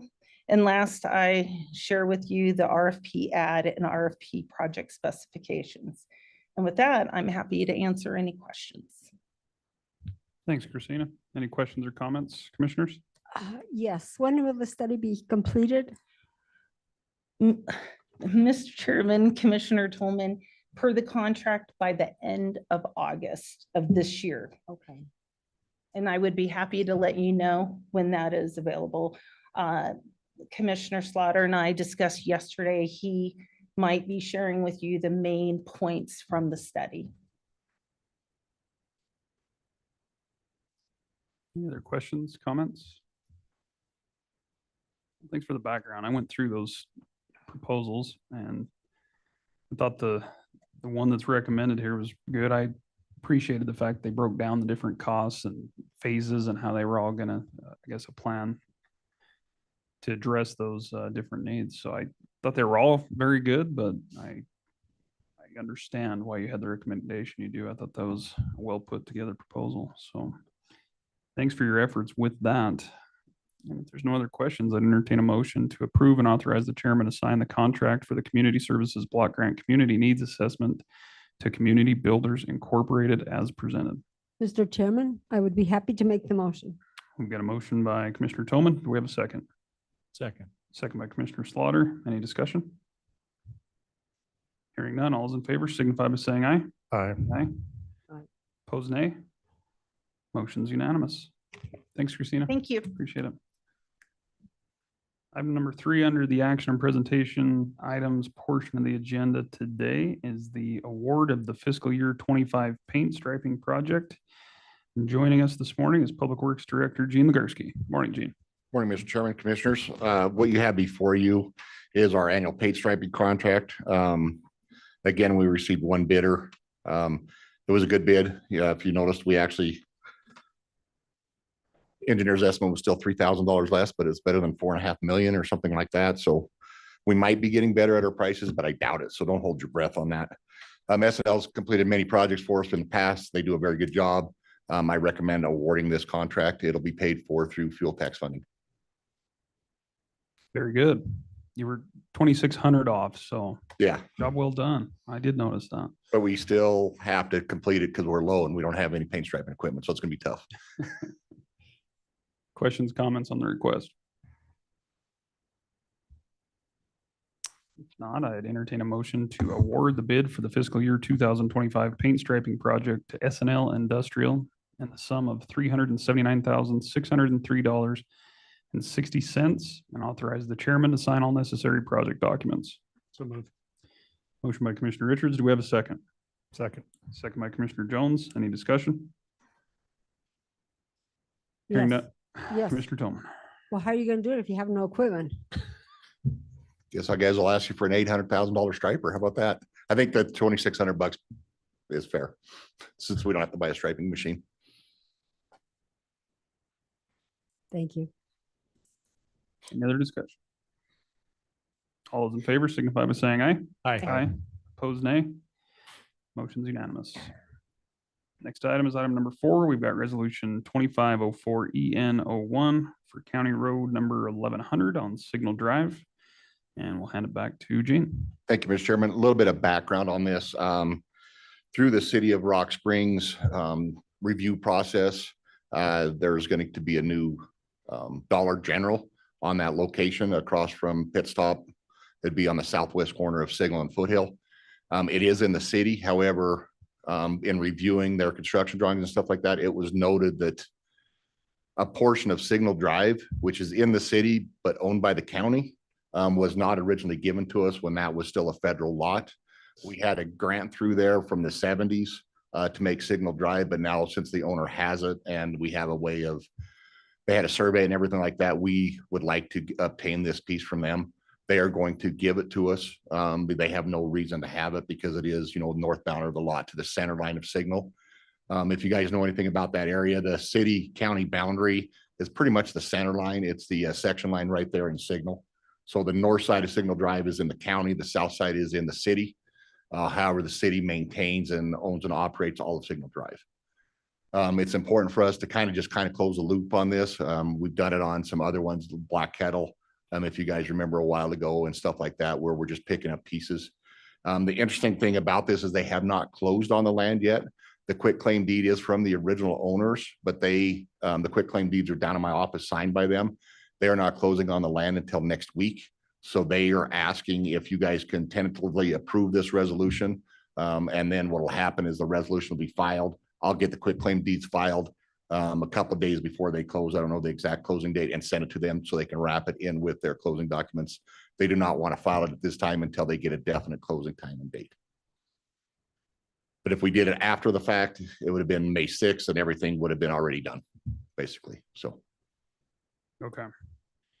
So this is actually going to the county, not from the county to the owner. It's going from the owner, Sheer Limited or Sheer Development, to us. I noticed that when I looked it up on the GIS, it's, county, and then there's that section that's Yep. blank, and then there's a couple more on. Yeah, and there, there's like so. 4 more houses and there's a blank section because of phase 4 of this one. They went to the center line and said it, but they gave us a road easement. So it's a typical county road we'll just get through it when we can, when we have the chances of, difference in, John and I've talked to this, a lot of lawyers. What's the right of way? What's the grant? Do we own the land? Do we not own the land? So Yeah. we have a road through there, but it's just nice if we own the land. It also helps them as far as liability and tax ramifications. If they get a little bit of taxes on that portion of road that they don't have any beneficial use for it. Okay. Questions on the resolution, commissioners? I'd entertain a motion to approve resolution 2504 EN01, County Road number 1100, Signal Drive, as presented. So moved. Motion by Commissioner Richards. Do we have a second? Second. Second by Commissioner Jones. Any discussion? Hearing none, all those in favor signify by saying aye. Aye. Opposed, nay. Motion's unanimous. Moving right along, item number 5 under tab C is resolution 2504 CC01, setting the speed limits on unpaved county roads. We'll hand it back to Gene. A little bit of background on this. Most of you have kind of followed this through the legislature, and you've seen where I had to testify a couple different times in front of the legislature during interim and also after when it was actually going through this. Basically what the state did or the legislature did was allow county commissioners to set speed limits on any roads to 35 miles an hour without doing a speed limit. They could go up to a maximum of 55. Back in 2011, a really good bill was passed that broke down all the different speed limits on county roads, state roads, highways, unpaved roads, subdivision roads, school districts, stuff like that. If you wanted to deviate from that, you had to go through a process, which is in the manual on uniform traffic control devices. It's talked about in the Wyoming DOT manual. It's called a speed study, and you have to prove why you are changing the speed limit. There is a carve out in the state statutes that allow county commissioners to change speed limits on roads whenever they need to for emergency situations for a defined period of time. Basically what happened is this legislature is they tried to combine everything into one. WACERS, which is the Wyoming Association of County Engineers and Road Superintendents, on my behest is the one that actually brought this to the legislature 2 years ago. All we wanted was in 2011, they basically had a carve out for unpaved, unsigned county roads. And I want to make that distinction. It's not every county road, it's unpaved, unsigned. So if we haven't went out in the middle of the red desert, done a speed study, done a design study on it, the speed limit is 55 miles an hour. Well, back in 2011, it was 45 until the third reading, and then somebody upped it to 55 miles an hour. We don't know why. But in the manual on uniform traffic control devices and the green book on the geometric design of highways, which all engineers go by in the United States, there's a pretty nice break between what you have to do at 45 miles an hour and up, 46 miles an hour up, and 45 and down. As you know, if you've ever driven around out in the red desert on some of our roads, they are not designed. They are trails that we bladed, and we try to make the best of it, and we try to do things. The 45 miles an hour speed limit is a better solution for those roads. The 55 miles an hour, because of the runoff distance, curve distance, sight distance, doesn't fit. These are unmarked, unsigned. People are going to do however fast they want to do on that road. We're not patrolling them. We're not going after things. However, I think this resolution provides us some relief as far as, hey, we understand that these roads, people are going to go however fast, but they should be traveled at 45 miles an hour on. And I want to make that perfectly clear. It's unpaved, unsigned county roads. If it has a speed limit sign on it, we went through the proper proceedings and we actually designated that's what the speed limit is on this road. But as you guys know, we have 1,200 miles of county road, about another 200 miles of Forest Service road that we maintain. And I would guess probably 600 of those miles are unpaved, unmarked, unsigned county roads. And we just need to clarify that, because right now I believe WACERS believes that 55 miles an hour is just too high of a speed on this. What this resolution does is it clarifies that at 45 miles an hour. It still points out the fact that in the state statute, Wyoming statute 315109A, the Sweetwater County also serves a local authority to regulate speed on county roads for special cases does exist within. We don't want to strip that from you guys, so you guys can set speed limit on for any emergency situation on any county road. We just want to get this in front of everybody. And if you guys have any questions or modifications from it, we can do that. However, it's a way to have uniformity in Sweetwater County and not have some roads posted at one speed or signed at one speed and some at another one, and nobody wondering what it was. I've ran through Under Sheriff Thomas. He made a couple minor corrections of it, and they do not have any problem with this. Very good. Appreciate the explanation, Gene. Questions or comments, commissioners? Mr. Chairman, Commissioner Richards. Gene, of those 600 miles that you're saying this is pretty much going to affect, how many of those miles could be 55-mile-an-hour roads without? I couldn't give you an honest one. I would say 20-30% maybe. The hard part about that is when you actually go out there, like Chilton Ranch Road, County Road 15 is a perfect example. You could probably for the first 7 miles do 65 on it. It's designed outside of a couple corners that we could derate down to the proper speed limit.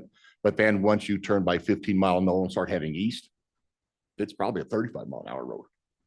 45, on a side-by-side, stuff like that, you can get away with. 45 on a 1-ton pickup, you're going to hurt your kidneys. So I would say 20% of them, but I don't know for sure to give you an honest answer.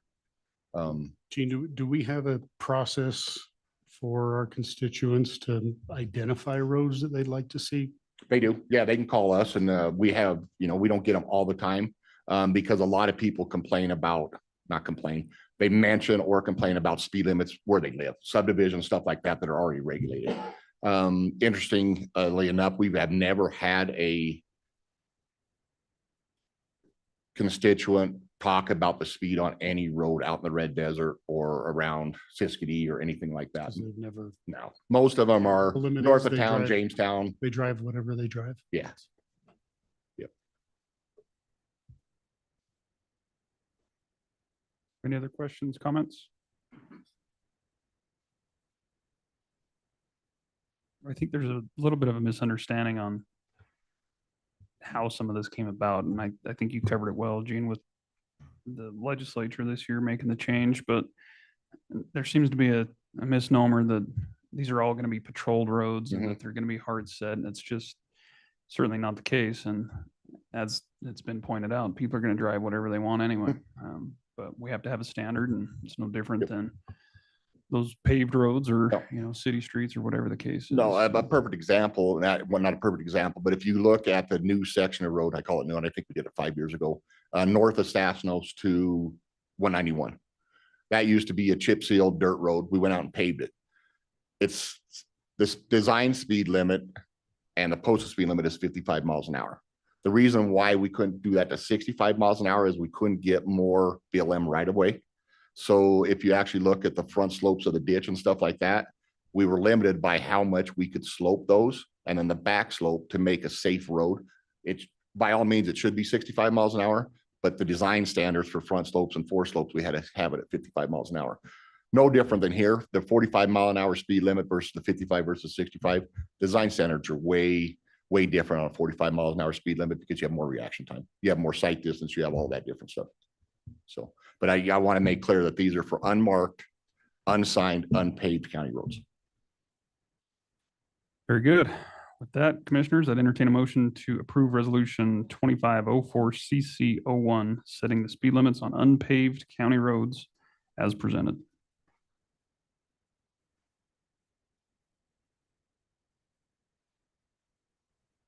I'll make the motion. I'll be the first one speeding on it, but I'll make the motion. Is that a motion to approve, Yes. Commissioner? Yes. Got a motion to approve resolution 2504 CC01 by Commissioner Toman. Do we have a second? I will second. Second by Commissioner Slaughter. Further discussion? Mr. Chairman, Commissioner Richards. I'd like to move an amendment. I'd like to amend the 8th whereas. I don't like the negative language, so I'd like to amend it by striking the current language and replacing it with the language whereas consistent with the guidelines established in the aforementioned publications. Sweetwater County determines that a 45 miles per hour speed limit is a generally safe and reasonable limit for the traveling public on most unpaved and unsigned county roads, semicolon, and then I've forwarded that to language to staff.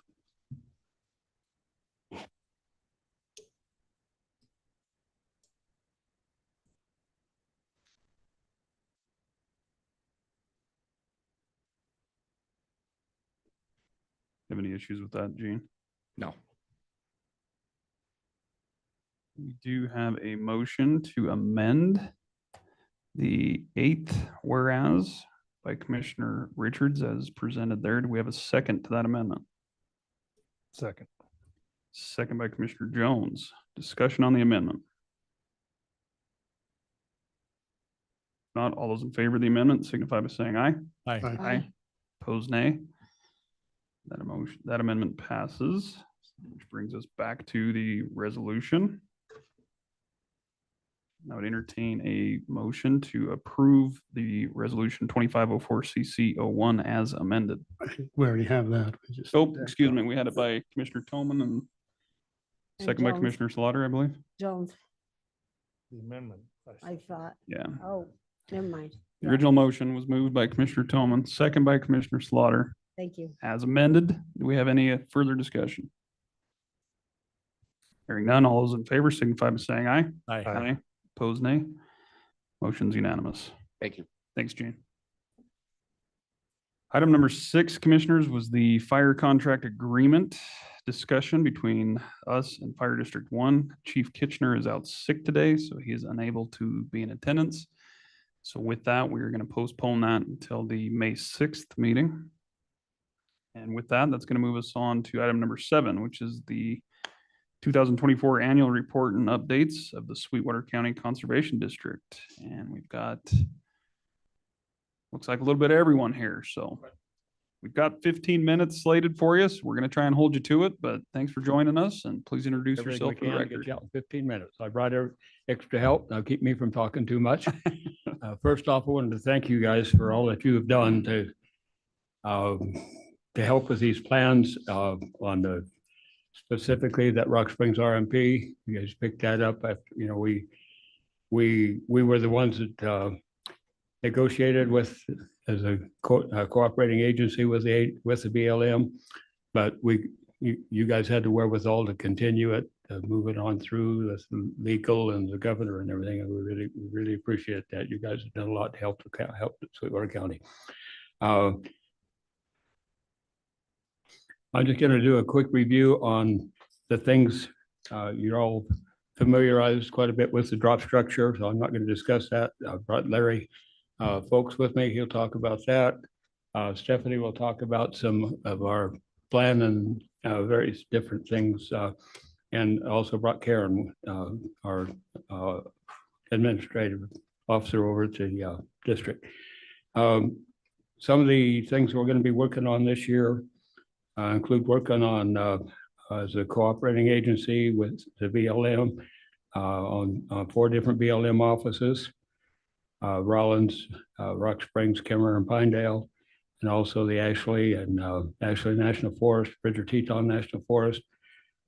We'll be working on some more on the Rock Springs RMP, the Greater Sage Grouse, Wild Horse Amendments, oil and gas leasing, the Project West Soda, carbon storage, we're cooperating agency on that, Exxon Mobil, Jackalope, Ashley National Forest Recreation Plan, Wild Horse Management, and the Bridger Teton National Forest, and including the some of the old growth amendments they're trying to plan for.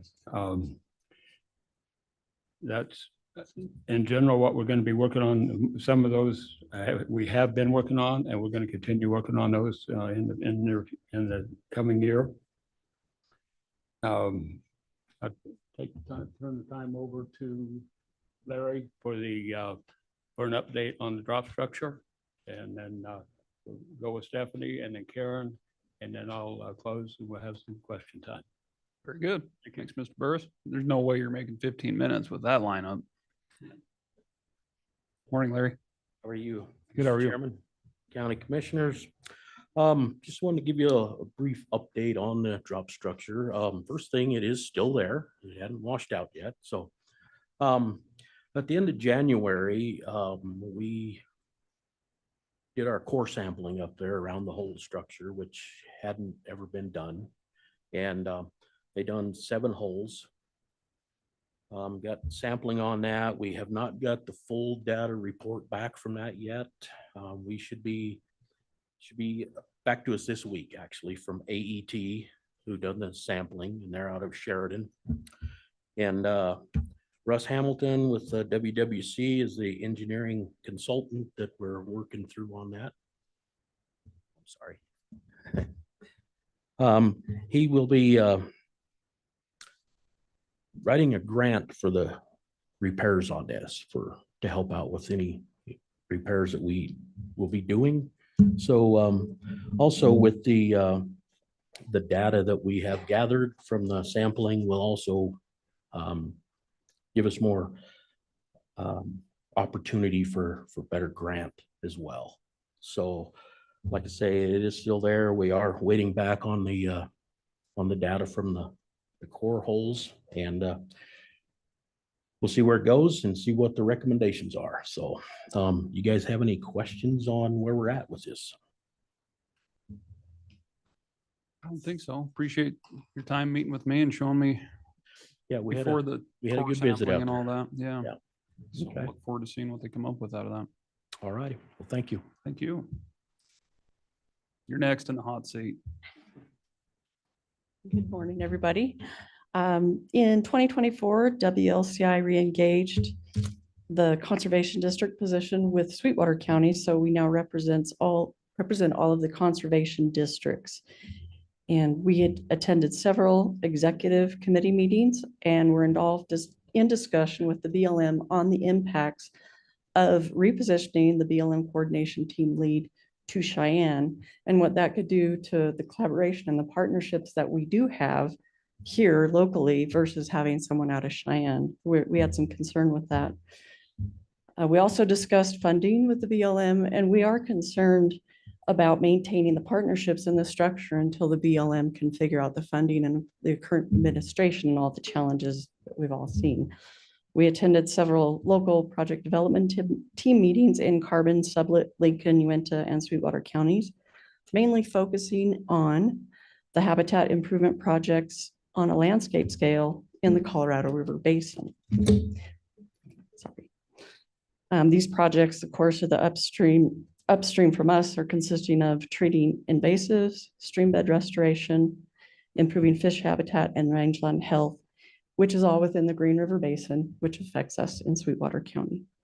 And again, our goal is to maintain these partnerships that we have with the Game and Fish, BLM, USGS, US Fish and Wildlife, the NGOs, and private interests. Thank you. Thanks, Stephanie. Could I add something right there? Mr. Tillman. I did take that message to DC when I was there the first week of March. I talked about WLCI when I was in our meetings with the Bureau of Land Management. I don't know if they'll do any good, but. Good morning, Mr. Chairman, Commissioners. Providing a brief update on our community enhancement grant this morning in our tree program. The Conservation District offers the community enhancement grants for natural resource conservation projects in Sweetwater County. These grants are offered to groups, schools, businesses, and organizations to work on projects to enhance and benefit our natural resources and improve community awareness. Last year, the Green River Greenbelt Task Force received funding for chemical treatment to remove invasive species on the Greenbelt. The treated area runs along the river corridor from the Kildare wetlands to the FMC Park, which is 5 river miles. The project helps maintain the riparian area of the Greenbelt corridor. We are also just wrapping up our tree program for this year. The district offers trees to our landowners to encourage tree planting and windbreaks. We partner with the Ray Lovato Recycling Center for Trees for Recyclables Day. Customers can bring in a recyclable item and get information on seedling tree planting and receive a free tree. The district and the city of Green River and the Green River Tree Board are going to be participating in the Arbor Day event. Information is provided on trees along with a seedling tree. That event will be held May 15th over here at Centennial Park next door. The Seedskadee National Wildlife Refuge just placed an order for over 1,100 trees. They will be very busy planting this spring. This will help their bird, wildlife, and aquatic habitats. The districts will be assisting with the tree projects in May. Grants are available for high tunnel greenhouses through the NRCS. We built one at the Farson School about 10 years ago. Just another meeting notice, we'll hold our Bitter Creek Watershed Advisory Group meeting May 14th at the college in Rock Springs. And with that, we thank you for your time today, for placing us on your agenda. And if you have any questions you may have, we're here to answer them. And we thank you. Very good. Thank you. Karen. You guys are on the ball today. I take it back. That was our goal. Just if you have any questions, we will attempt to answer them. Questions, commissioners? Mr. Slaughter? Mr. Chairman, no comments, but I would like to just make a point. I noticed that you used my image in your annual report, and I wondered if we might be able to work out a contract for name, image, and likeness on that. So it seems to be a big thing in the news. If right we now, can so- make this one look younger, we can make you look younger too. Well, that might work. Nancy. Thank you. You betcha. Thank you. Nothing from Commissioner Tolman? Thought you'd be loaded with questions. I know it all. You're the ones that better be Yeah, we asking the know. questions. Okay, well, thank you all for coming. We appreciate it and look forward to another year. So we are continuing to be ahead of schedule, which is a good sign. It's going to bring us on to an update of the Little Snake River Conservation District activities and mill levy expenditures in Sweetwater County. And we've got Larry Hicks, also known as Senator Hicks, for most of us, the Natural Resource Coordinator, Little Snake River Conservation District. It looks like some Don assistance. Cornell. I don't know who the other one is. You don't know me? Morning. Oh, I do know you. Sheep herder, I got it. Hi, I'm Megan Lally, and I'm the treasurer of Little Snake River Conservation District. Thank you guys for inviting us to come and address the work we have done and are continuing to do within the portion of Sweetwater County that's in our district. With me is Larry Hicks, who's our natural resource coordinator, and Don Arnell, who's our assistant natural resource coordinator. And I will turn this over to Larry to give a presentation on what we're doing. I appreciate being here, and first time I have met some of you, Chairman West and Commissioner Slaughter. I had the pleasure of meeting many of you other commissioners and working with some of you on special projects over the years, and Commissioner Tolman especially. But what I'd like to do this morning is kind of give you a little bit of background. Got a little slideshow presentation here to run you through. And I first want to apologize if it's too remedial, just tell me and we'll skip stuff. But I think it'll help all of us trying to understand the partnerships that we forge between commissioners and conservation districts and the opportunities that we have out there to continue to represent our constituents and advance the state. And so with that, how do I advance this?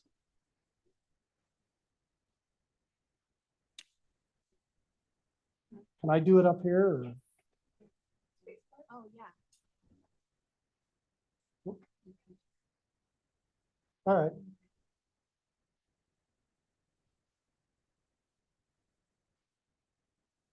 There we go.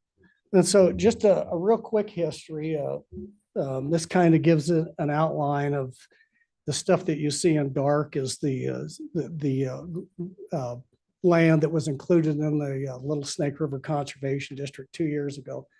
That process is a little bit arduous. First, you have to have 2 conservation districts sit down under the statutory construct and agree to combining or amending one district or part of another district. So we had to work with both boards, work through the boundary changes, what made sense. What made sense is that area that you're looking at is a lot of the constituents that we already served in that portion of Carbon County have their base operations in the Little Snake River Valley, but they have grazing allotments or other portions of their ranch scattered out all through that portion of Sweetwater County. We had serviced that for a long, long time. And it just came to the point where we were at a point where we were trying to ramp up and to deal with all these issues out there, that we approached the Sweetwater County Board. We'd had these discussions ongoing for over 10 years about what made sense as far as a right boundary to be effectively out of a place, be able to service those constituents out there. So you can see we've got that corner of Carbon County now. This is now the new boundary. After the districts do that, then we have to petition the Department of Agriculture to do that, because they're the overseeing state agency that we report back to as conservation districts. Then the Board of Agriculture has to agree to allow the districts to move forward to change that. Then it has to go to the Secretary of State. So that's just the boundary change. The next thing is we had to petition for a mill levy. So we had to get the petition together. We came before the county commissioners and asked to have that included at the discretion of the commissioners on the ballot to include that mill levy. That was subsequently passed. So the district's been in place. The mill levy's been in place for 1 year now. And so what I'd like to kind of give you an update of some of the historic components that we've worked with in this part of Sweetwater County, and then give you a little background on what we've done as far as mill levy and then where we're headed. So you guys are aware we got 5 elected officials. Little Snake River Conservation District has 3 full-time staffs. Myself, the assistant director here, and we hire a full-time licensed engineer on staff, and then we have a half-time clerical position. We passed our first mill levy in 1990. In that time, that mill levy has ranged from 69,000 up to just shy of $1 million. We peaked in about 2014, or let me see, about 2007, prior to the great financial crisis, collapse of the oil and gas industry. At that time, we were up to about $1 million. In 2021, our mill levy was down to $145,000. And so we've survived off of soft money for a long time. Again, trying to service all that area was becoming increasingly difficult. Last year, our mill levy was just a little over $1 million. So we were back up to where we were back in 2007. Not dissimilar when I looked at the numbers for Sweetwater County. I think you guys were down about 10% or 11% off of your high about a decade ago or so. And so, but we've gone through an 85% reduction. So we know what tough times look like. Just a little bit about conservation districts. I just want to hit this last component and we'll have a little discussion out. Our primary responsibility is to these are the legislative declarations, is deal with these natural resources issues, range, wildlife, protect the tax base. We have some in common with the commissioners, prevent and impair dams, reservoirs, flooding, and protect public lands. And so what's very key to that component is the marriage between the commission's responsibilities and then conservation district. We have a long history of participating as a cooperating agency under the National Environmental Policy Act and CEQ guidelines. We have a dual role, dual mandate. Conservation districts is a little different than county commissioners. That gives us the nexus to work in those. But when we also look at those statutory components, conservation districts, we shall not exceed 1 mil. No different than county commissioners under the Constitution that says you can go up to 12 mils. So we have an upper limit there. And at some point in time, when we get into our budget, we can talk about where we're headed as far as mill levy funding in the future and what that looks like. We're not obligated to take 1 mil. We can take up to 1 mil. I'm not going to spend a lot of time on this. This just deals one of the common issues that we started working on in Sweetwater County. In 2002, wild horses has been a perpetual problem out here. We were peaking at populations at that time. We filed notice of intent to sue the BLM over excess wild horses in that portion of Sweetwater County. So primary salt wells in Adobe Town. At that time, newly elected Governor Friedenthal had heard about our efforts. We'd filed a petition, the notice to sue the BLM. Department of Ag that we were working with and the BLM at the time as data collection. Governor Friedenthal decided to take that on as a statewide issue, but we led on that issue. And then part of that leadership was working with the Department of Ag, with Sweetwater County Conservation District. We received some money from the Department of Agriculture to go out there and start monitoring horses. So this is some of the data that we collected. This is the dietary composition. And the very important thing that when you look at this, I understand those charts are real small, but when you start to look at those red bars, that's shrub consumption by wild horses in the wintertime. And when you see 90% of their diet is shrubs, then that's your mule deer, that's your elk, and that's your sage grouse habitat out there that we were able to demonstrate that wild horses through this collective monitoring process was significantly damaged in the wildlife habitat. Well, we all know the implications of a potential listing of sage grouse. This was part of the information that we used at the time. So just a little bit of background, as a result of the state taking that on and using this data, the BLM agreed that they were out of AML and we were under a consent decree, a federal consent decree to get those horses back to objective. So for a number of years, Wyoming was the only state in the Western United States to receive funding to try to bring those horses down. There was another subsequent lawsuit a number of years later on. The 10th Circuit Court basically relinquished or extinguished that consent decree. But we've been in this wild horse battle in Sweetwater County going back 24 years now, and we're still in the battle.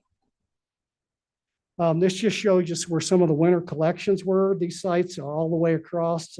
Every one of these is in Sweetwater County, where we collected this data from 2002 all the way up to 2004. That compiled that was significant. This is another project. I'm not going to spend a lot of time on this given the time.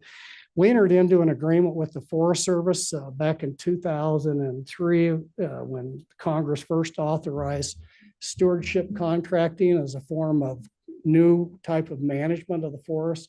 We entered into an agreement with the Forest Service. Part of that project was to get rid of a lot of the dead and dying material on the national forest. We were able to figure out a way to utilize that material. That's a before and after shot of the same place.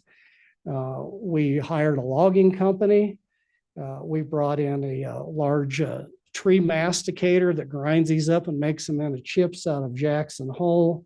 And we brought in a van company out of Idaho. And as a result of that, we were chipping all of this material that was coming off the forest, fuels and habitat work.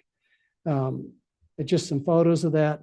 We then entered into a contract at the time with Anadarko Petroleum and Devon Energy out here with this Creston Blue Gap development out here in 2008 to supply all of these wood chips as a reclamation material. We used our mill levy money at that time to buy some specialized equipment to help those companies reclaim those well pads. As you guys very know, difficult soils, low precipitation. We've done a lot of research on this, working with consulting firms and experts. Wood chips are an excellent source of reclamation material. And so at that point in time, we're pioneering reclamation out here. Almost all of these sites were in Sweetwater County. This was going on 2007, 8, 9, just one of the programs. So just cooperating agency with federal land uses and permitting. In 1998, we had petitioned under the NEPA and the CEQ guidelines as a cooperating agency with the United States Army Corps of Engineers. We were the first conservation district in the history of the United States to receive cooperating agency status with the federal government. In this particular case, it was the construction of the High Savory Dam. 2000, Medicine Bow National Forest Land and Resource Plan. We were a precursor to CLG. With our conservation district and one of our compatriots, we were able to put together 7 conservation districts in 5 counties. We developed an entire alternative to the forest plan using a legal firm of Bud Fallon and a consulting firm out of Missoula, Montana. Just a number of those others, Creston Bluegrass, Sierra Chokecherry, latest one, that we're a cooperating agency is back in 2001. And then these are some of the agencies that we currently have cooperative working agreements that we deal with. United States Fish and Wildlife Service, BLM. Most of these have some type of financial arrangement where they provide us grant money and other sources of funds to get jobs done on the land, all the way up to all the state agencies, but the Bureau of Reclamation, we'll talk a little bit more about that. These are some of the large federal grants that we've received in the last couple of years, going back to 2020, we received 1.25 million from the NRCS for the PL 566 watershed program, and another 1.25 for 2.5 million to look at developing the environmental impact statement for the West Fork of Battle Creek Dam. 2001, we received $8.48 million from NRCS for the Little Snake Upper Colorado River Basin Regional Conservation Partnership Program. 2022, $1.4 million from the Joint Chiefs, which is Joint Chief of the Forest Service and Joint Chief of the NRCS. That money all goes to conservation practices within that watershed. And then in 2025, we've been approved for these.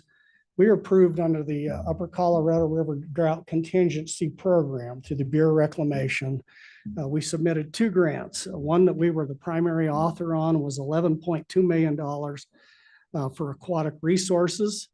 That's part of that Colorado River Drought Contingency funding. We were a co-author with the Forest Service and a number of about 20 different other entities for another $32.1 million through the Colorado River Drought Contingency Program. We will administer 11 million and 32, so a little over $21 million. Those funds have currently been frozen, even though they were awarded. So we're anticipating that those sometime in the next 3 to 6 months will be released. We're hoping that we can get started on those. These projects are ready to go. Some of them are very large, comprehensive forest management, landscape scale. We're talking tens of thousands of acres of treatment. One of the primary focuses is to increase water yield in the Colorado River Basin.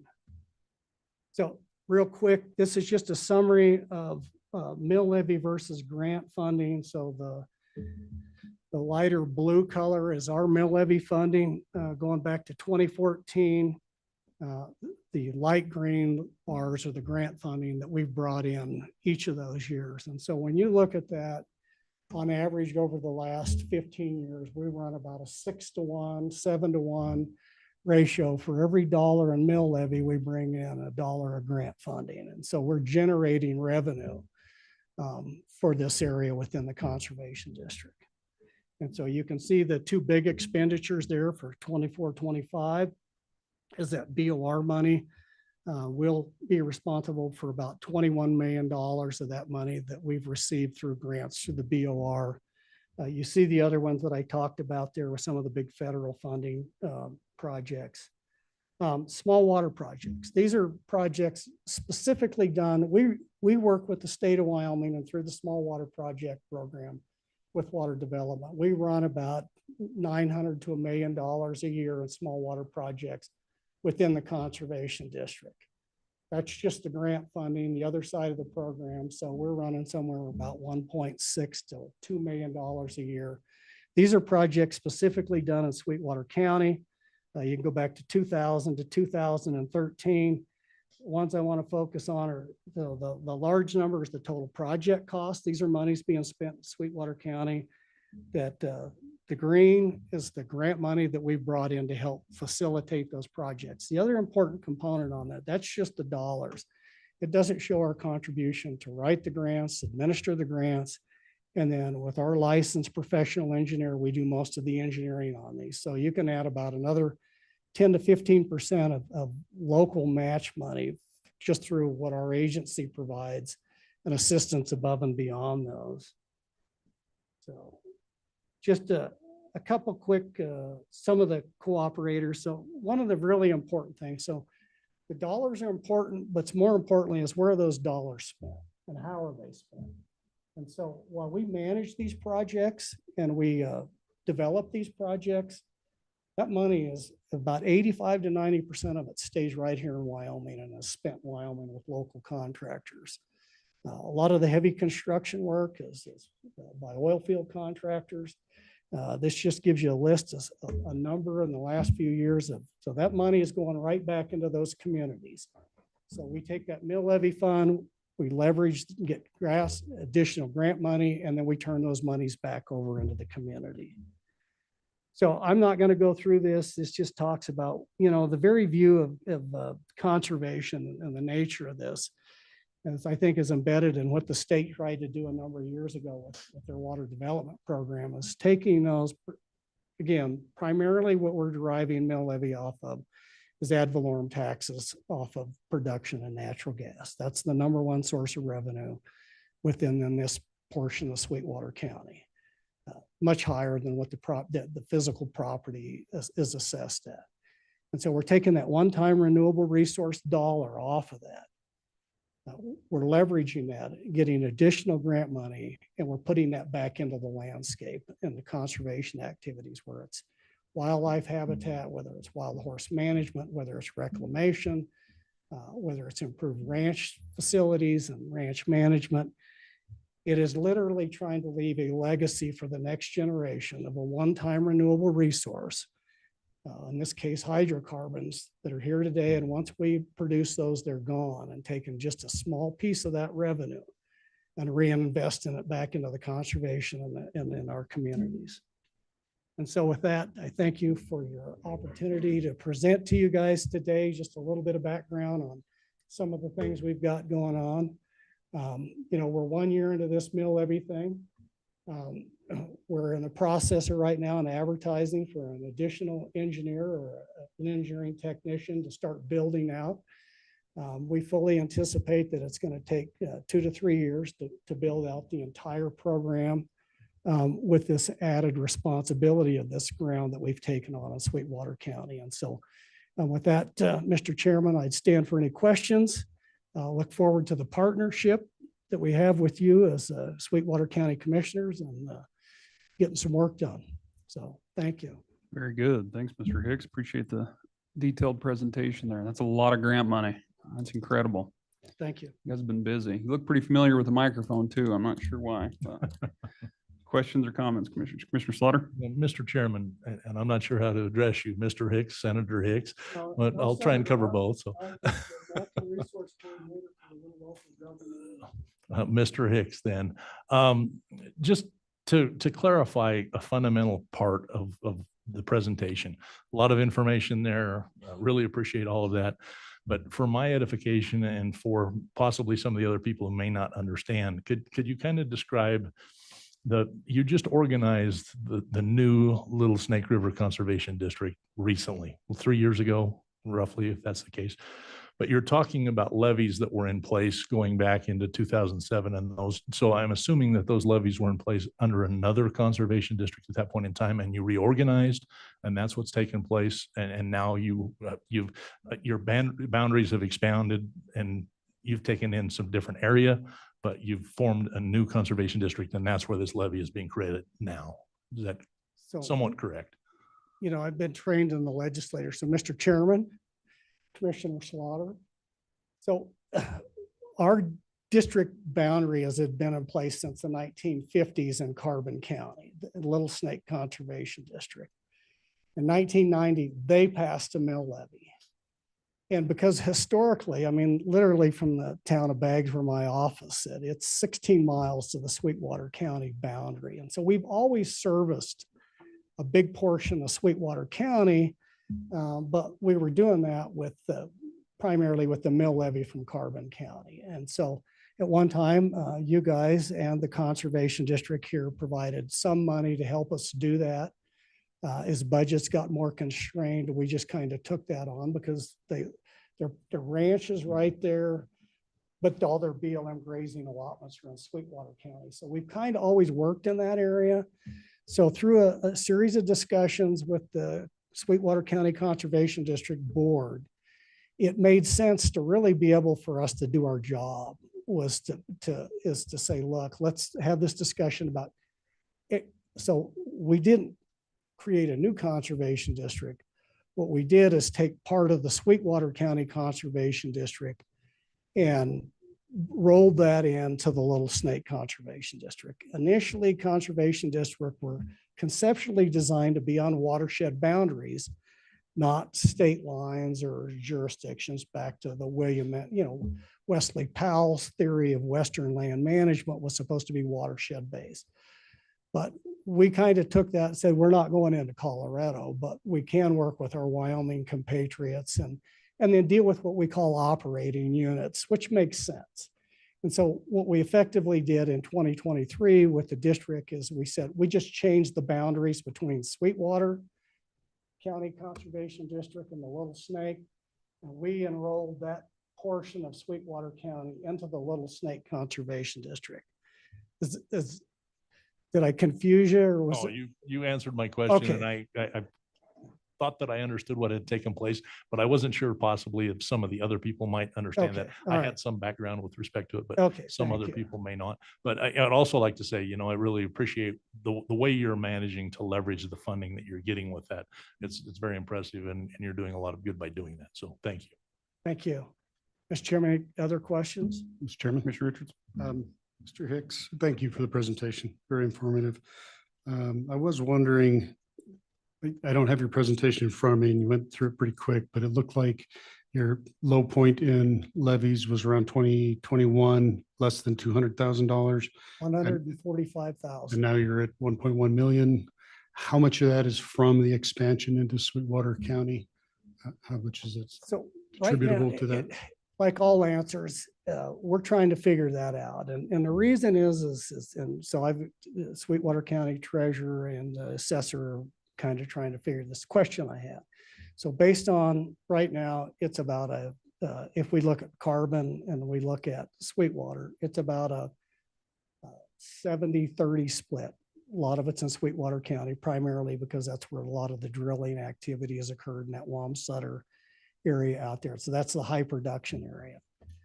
What we're trying to figure out right now, that the projected mill levy was somewhere around $600,000, but because a little history lesson, a few years ago, we changed the way we collect ad valorem taxes. Again, the number one source of revenue is natural gas production off the ad valorem taxes. And it used to be that they paid 18 months in the arrears.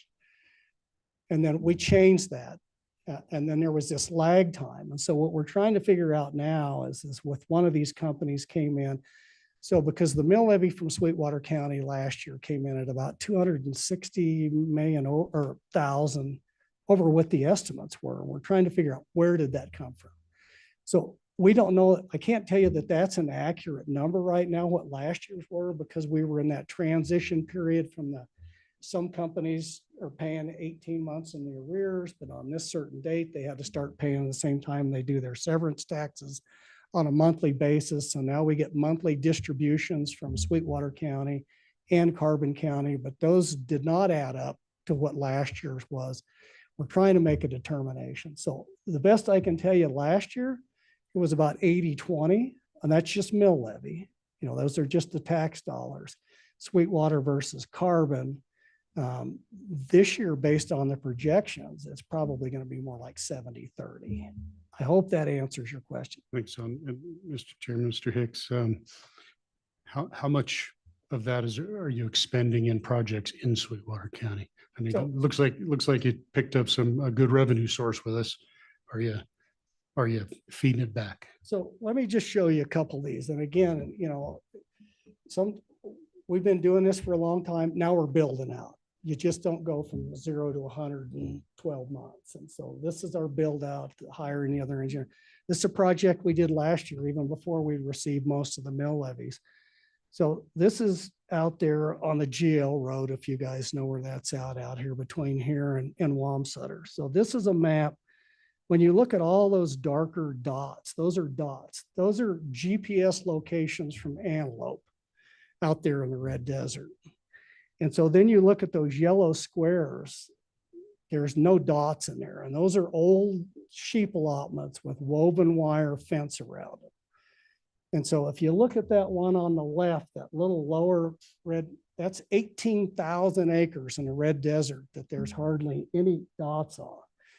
So last year, one of the things we did, we were able to get $100,000 in grant money. This was a 500, let's see, I think the numbers on, it was a 560 some thousand dollars to replace 23 miles of, pull all that old fence out and replace that with these wildlife crossing structures and make it wildlife friendly. So that was $100,000 just last year alone on that project. So let me get to the small water one. So in 2024, we spent roughly on stock water ponds, drilling water wells, stock water pipelines, $175,000. This year, grants that we already have. And again, this isn't the engineering, the design, the water rights permitting. This is just actual grant money, another 175. So if we take 2024, 2025, right now, just last year alone, we spent about $500,000 in Sweetwater County out of that roughly 900,000 that we received. You know, it'll vary based on the projects year to year, but currently, certainly it's afforded us an opportunity to now go out and advertise for another engineering position to start to build the program out to deliver these in Sweetwater County. One very important thing to your point, Commissioner, is this is one of the most arid places in the United States, and we all live on Colorado River water.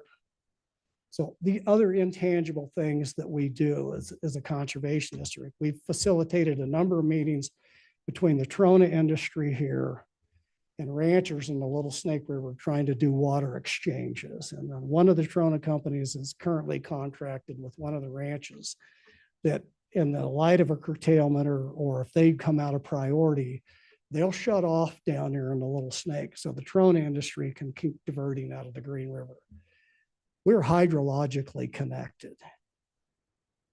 When we look at the regulatory framework, when we look at the Colorado River Compact, and that's why we've pursued these BOR grants, again, trying to drive more water yield in the Little Snake, that does nothing but help every industry and every municipality in Sweetwater County that gets their drinking water out of the Green River. So again, some of these programs that we're working on may not be spending money directly in Sweetwater County, but they have significant ramifications. We've got a program right now with the Bureau of Reclamation and the Upper Colorado River Commission, and it's called the FRIA or the Free River Program. And so we've tried to pioneer a program where all those irrigators, under Wyoming water law, you have your first 1 CFS per 70. If you're a pre-1944, you get a second CFS, and then the state engineers administers what they call free river. So during high flow, you can take as much as you want, but it's also the first thing that will be regulated off. So we entered into an agreement with the Upper Colorado River Commission 2 years ago, trying to solve this water dilemma. And keep in mind, the most junior water users in the Green River Basin is Trona and the municipalities. The Green River Rock Springs Joint Powers Board, they're junior water rights to all these ag rights. So they're subject to curtailment under a call on the Colorado River. So we are intricately linked hydrologically. It doesn't matter if that molecule of water comes out of the Little Snake or whether it starts up on the Wind River someplace in Sublette County. That's an entitlement Wyoming has. The more water that we can figure out how to conserve, particularly for our junior water rights, our heavy industry and our municipalities, the better off we are. So we've got a program right now. I didn't put it on here, but it's about $1 million program where we're trying to figure out where these ranchers are curtailing their irrigation use. But the state of Wyoming gets credit for that if we can pioneer this program. If this works like we anticipate, preliminary results after 1 year suggest that deferring Free River, letting those high flows go by where normally those ag guys would divert a lot of that water. The preliminary results from 1 year look positive. We're doing it again for 2 more years with the Upper Colorado River Commission. We think that we can put 10,000 acre feet of water back in the system, keep those ag producers whole. That's 10,000 acre feet that then runs downstream that Wyoming gets credit for. That doesn't mean a junior water right holder is going to get shut off in the future. If we extrapolate that program to the entire Green River Basin, we may very well be able to come up with the state of Wyoming's share under a curtailment of 25,000 acre feet. And it's business as usual for the state of Wyoming. And so that's the one thing that we are so intricately linked on is the water. And I can't emphasize, some other commission meeting, I'd love to sit down and go through a lot of these programs and some of that stuff with you.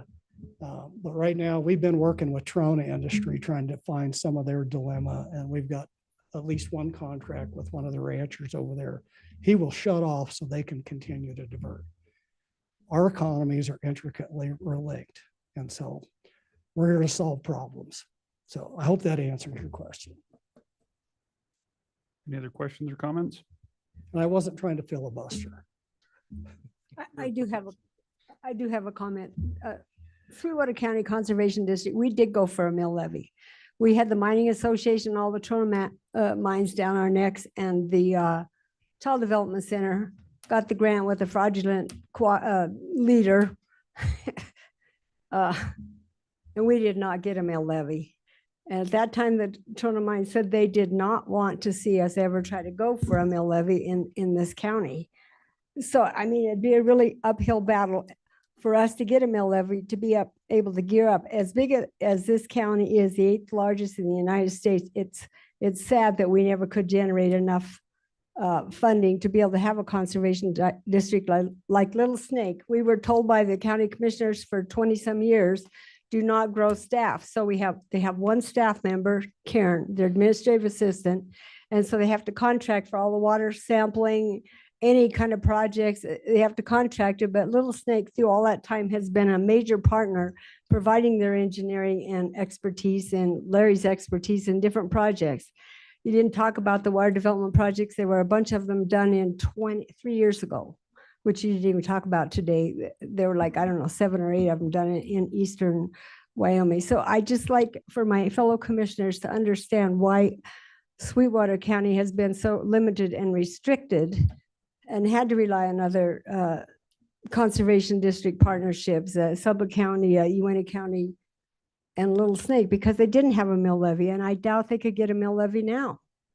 So that's where we're at. The money they do get from the county, very little goes into administration. It goes into matching to get grant funding, and without a match, you don't get any grants. So just a perspective on Sweetwater County's Conservation District, if you have any other questions. Anyone else? Well, thank you all. Appreciate it. I'd be remiss if I didn't say thanks for Senate File 60 on that ad valorem collection too. It's made budgeting a breeze for us, and I say that with full sarcasm.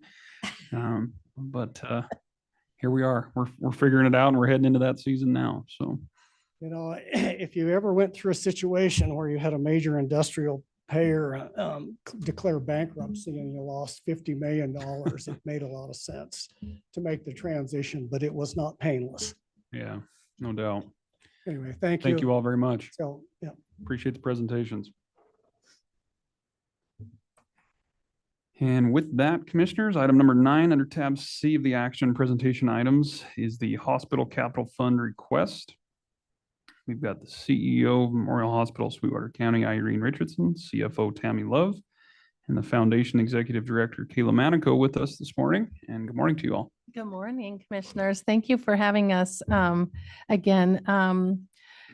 We appreciate the opportunity to talk about the OB project that we brought to you last month. So if I can go back a little bit in time to kind of talk about it a little bit. Several years ago, we started talking about creating a maintenance fund for the hospital. And we've been working, you know, the commissioners have been gracious about working with us on that. And so last year, we had hoped to set aside some funds for creating that fund and some seed money for it. And we had about $900,000 left over in our budget. When, we had the budget shortfalls last year, which we completely understand.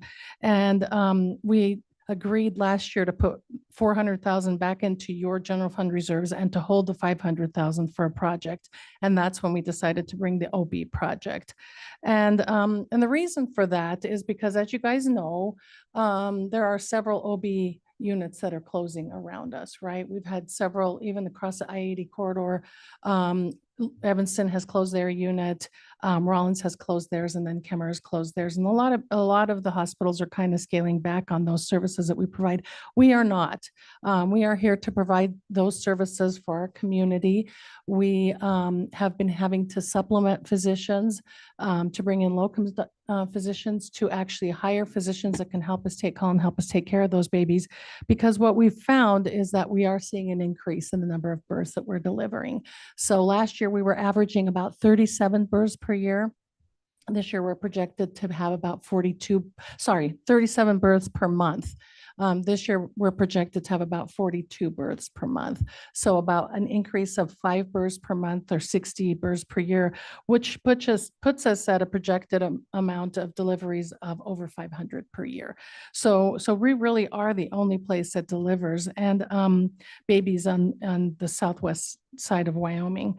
So last month when we brought the OB project to you, we wanted to kind of explain to you why we needed those. So right now we have 3 labor rooms, and in those labor rooms, we have bathtubs rather than showers.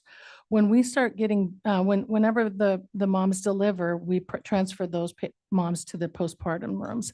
But when we're busy, we sometimes end up having to keep the moms in those labor and delivery rooms for their entire stay.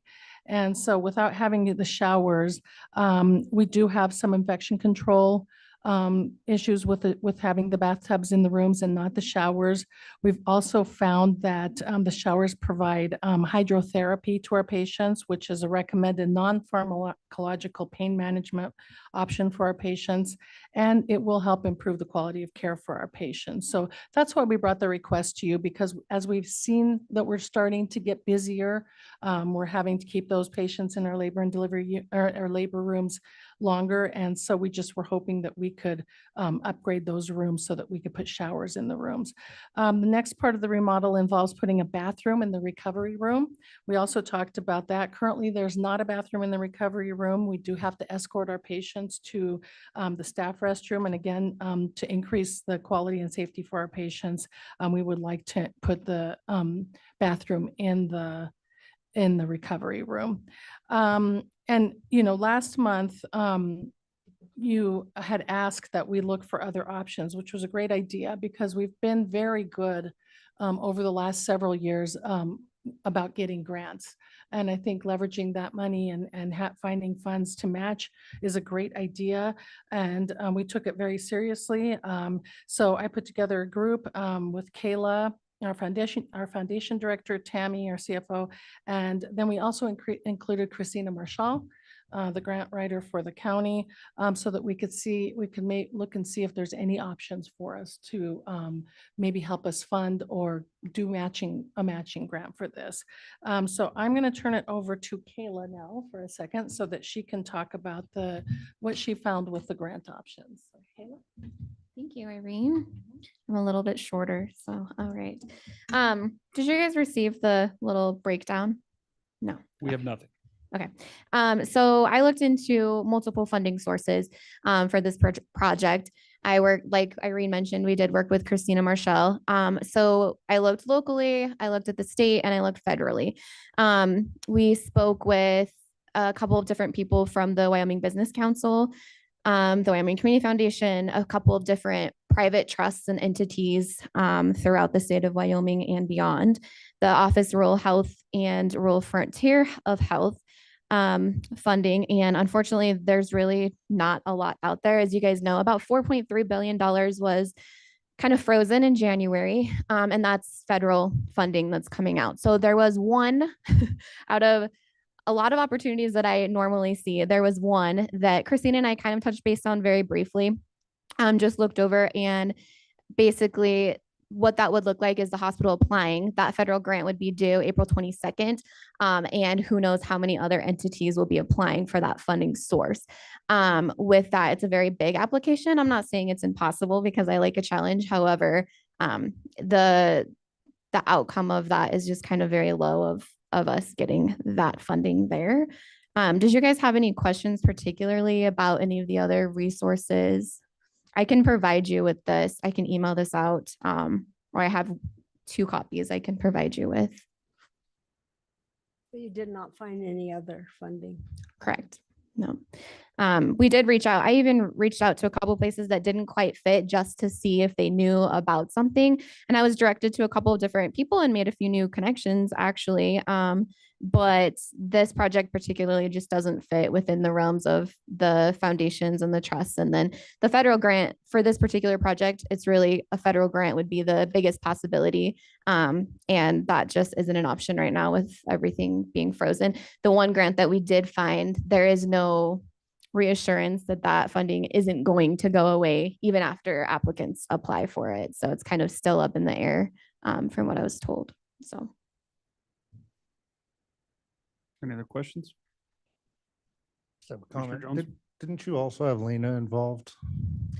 We did. We had Lena. Yeah, we did. We had Lena help kind of look for funding sources, and she didn't come up with anything either. She did. She actually sent a list of things that she looked into, and there wasn't anything that fit this project that we were able to apply for or funding to go after. And she's, yeah. My point being that as typical with the hospital, whenever we ask you to do something, you do it to a T and typically exceed it. So I kind of figured you would put one person on this and there's 4 or 5. So thank you. Thank you, guys. I don't know if you all have any questions on the remodel for the OB. I just wanted to say, you know, we've enjoyed a really good relationship with the commissioners, and we are very grateful for everything that you guys have done for us. You guys have matched funds for our lab remodel. You've gone above and beyond for getting us impact assistance funds. We are very grateful for all of that. We know you guys face some budget shortfalls this year, this upcoming year, right? Even in this year and this upcoming year, we're sensitive to that. We are respectful of our requests to the county, and we are appreciative of the funding that you do give us for our maintenance of the hospital. We try to be frugal about it. We try to be to use it in a way that's appropriate, and we hope we're executing what you guys would like to see us do for the hospital to maintain it. So does anybody have any questions about the about the OB remodel? I got lab remodel on my mind. I've got a couple. So help me out. You've got the 3 labor rooms you said Yes. that have the tubs. Then you said you had after delivery, you move into the postpartum rooms. How many of those rooms are there? Postpartum rooms. So there's 5 of those, which are separate from the labor rooms. Okay. And then you were talking about adding a bathroom in the recovery room. Is the Yes. recovery room different from? Separate. Okay. Yes, it's a separate area. And right now, sometimes we have to double up in that room, and there's really just a curtain dividing that. But if there's a need for the restroom, we have to escort them to our staff restroom. So there's just one recovery room? There's one recovery. Okay. It's adjacent to our C-section room. Gotcha. Makes sense. Sure. Okay. So this, I guess, remodel that you're wanting to do, you're not expanding the rooms. You're just changing 3 of the labor rooms to get rid of the tubs. So that would basically give you 8 Yeah, in case. total rooms. Yeah, so then if we have that overflow, because we have had, I mean, sometimes we're up to 11 patients in our OB unit. And so we've had to have overflow. And so we've had to keep some of our patients in the labor rooms. And those are the rooms without the showers. They have just the bathtubs in there. So it's not really an expansion. It's just an improvement. Thank you. Any other questions on the remodel itself?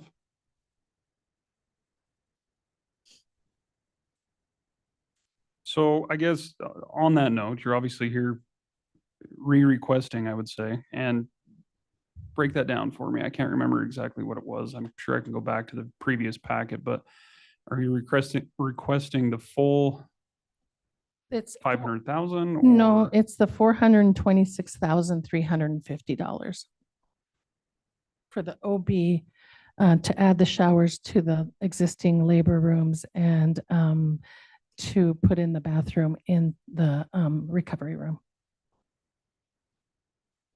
Okay, so add 3 showers and add bathroom. Yes. We'll replace the tubs with the showers. Mr. Jones? Just one question. Thank you, Mr. Chairman. So what happened to the roof repair? Because that was part of what you were asking for a month ago. We did submit that as the, Yeah, our board approved that as a project going forward, and so that's in the works of going, that we'll be doing. Depending on when it gets done, we will most likely ask for reimbursement from that, just this year's funds. Okay, so even though you're not wanting the full 500 today, it will end up being that you'll come back for the 73 or whatever the difference is. Is that what your plan is then, or? Yes. From not this out- month. Not out of this fund. Right. It'll come out of just our regular maintenance funds. Okay, so there'll be 73, whatever, I don't have the numbers in front of me, whatever the difference is, will still remain with the county then $70-some thousand, right? 73,985. 73.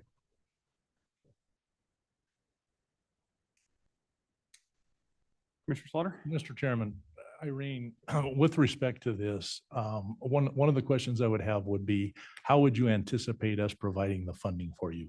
I would see us in this situation, if we do agree to fund this $426,000, I would see that we would fund it in the same manner that we're doing the maintenance, the fund currently.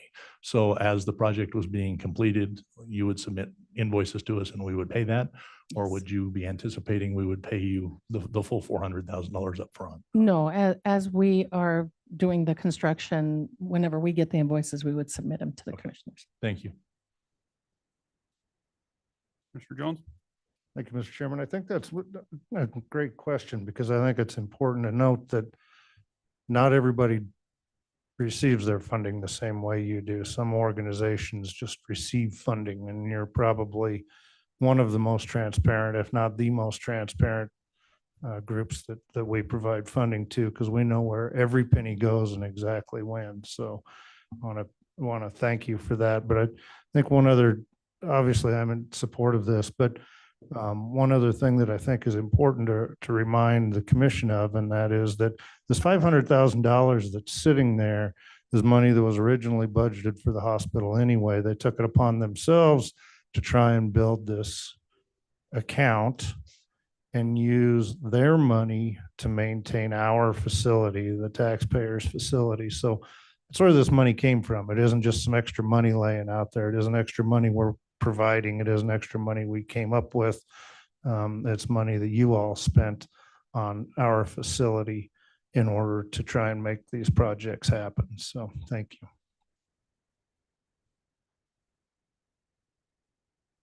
So refresh my memory on the amount you have unspent in the budget this year.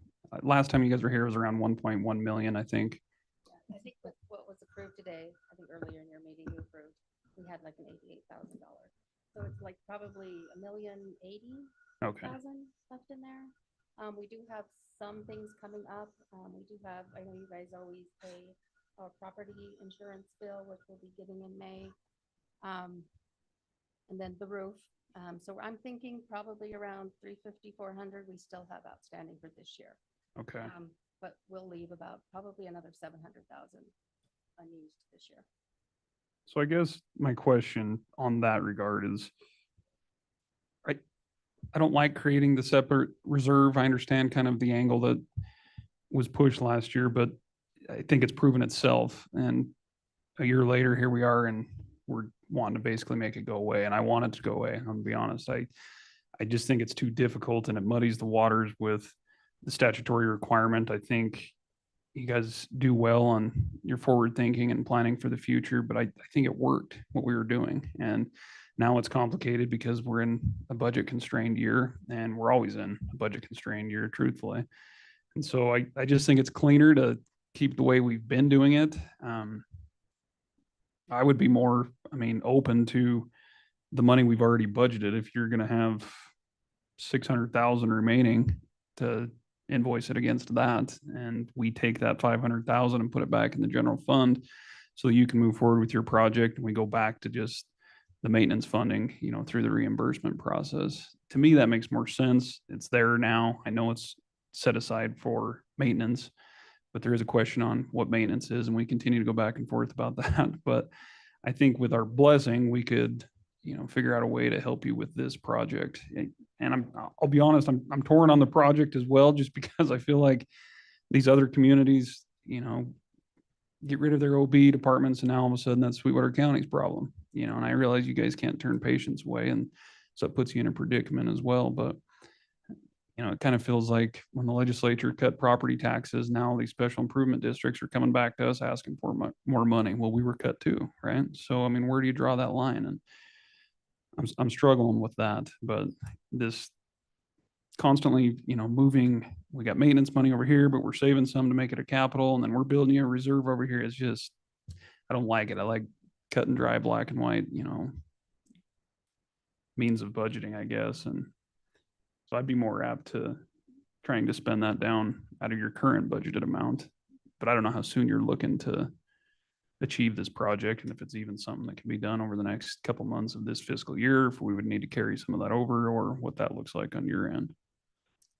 I would probably say if, given the time frame right now, we probably may have to carry some of that over. But if that's the way that you guys want to do that, to use the funds, if we're allowed to cross over fiscal years, then that'd be great.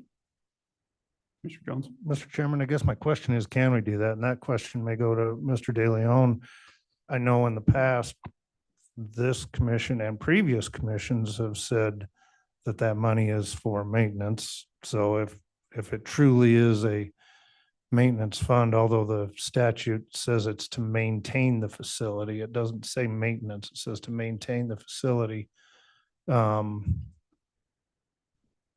I don't know if this falls under that statute. So I don't care how the money shakes out one way or the other. I think we're going to end up in the same place. I just want to make sure we follow the right path.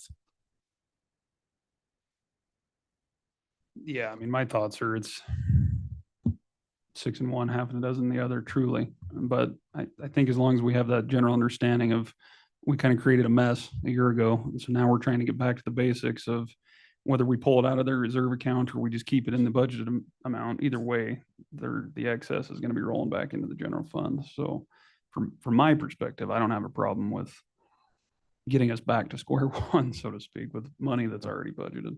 I agree. Just as long as, I don't know, John, does it matter? Do you think, I can look at that and clarify, because I agree that ultimately you as a board will make that decision. I think there's been some discussion about that not carrying over. So I'll take a look at that and communicate with both of you on that. Unless anybody is, Mr. Chairman, unless anybody's opposed to it, I think, and I haven't heard it yet anyway, unless there is some opposition. The answer is yes, but how do we get there is probably a little muddy just this moment. Mr. Chairman. Commissioner Richards. Thank you. Thank you for at least taking a look and seeing if you could find other sources. That was my ask, and I appreciate it. I think we're all, I haven't heard from everybody, but I think we're all in general agreement. We want to provide the funds for this project. It's just the mechanism we do that, whether we create an authorization to withdraw from this particular fund for this project. That seems the cleanest to me at this point, just voucher against these funds. But I'm in favor going forward. I agree with you, Mr. Chairman. I'm frustrated that we're once again picking up the slack for the rest of our area of Wyoming that is not taking care of themselves. And it frustrates me that while the legislature is taking money away from us, we're having to expend more of what's left, taking care of the whole region and the state. But that's the cards we're dealt. Any other questions, comments? John, do you have anything or? Just to clarify, in terms of options, I think, Mr. Chairman and Commissioner Jones, you do have the ability, if you wanted to make that motion today, in line with what Commissioner Richards was identifying, to take those funds out of the account that is currently in place with the 500,000. So you do have that option available to you today if you wanted to. The language in the statute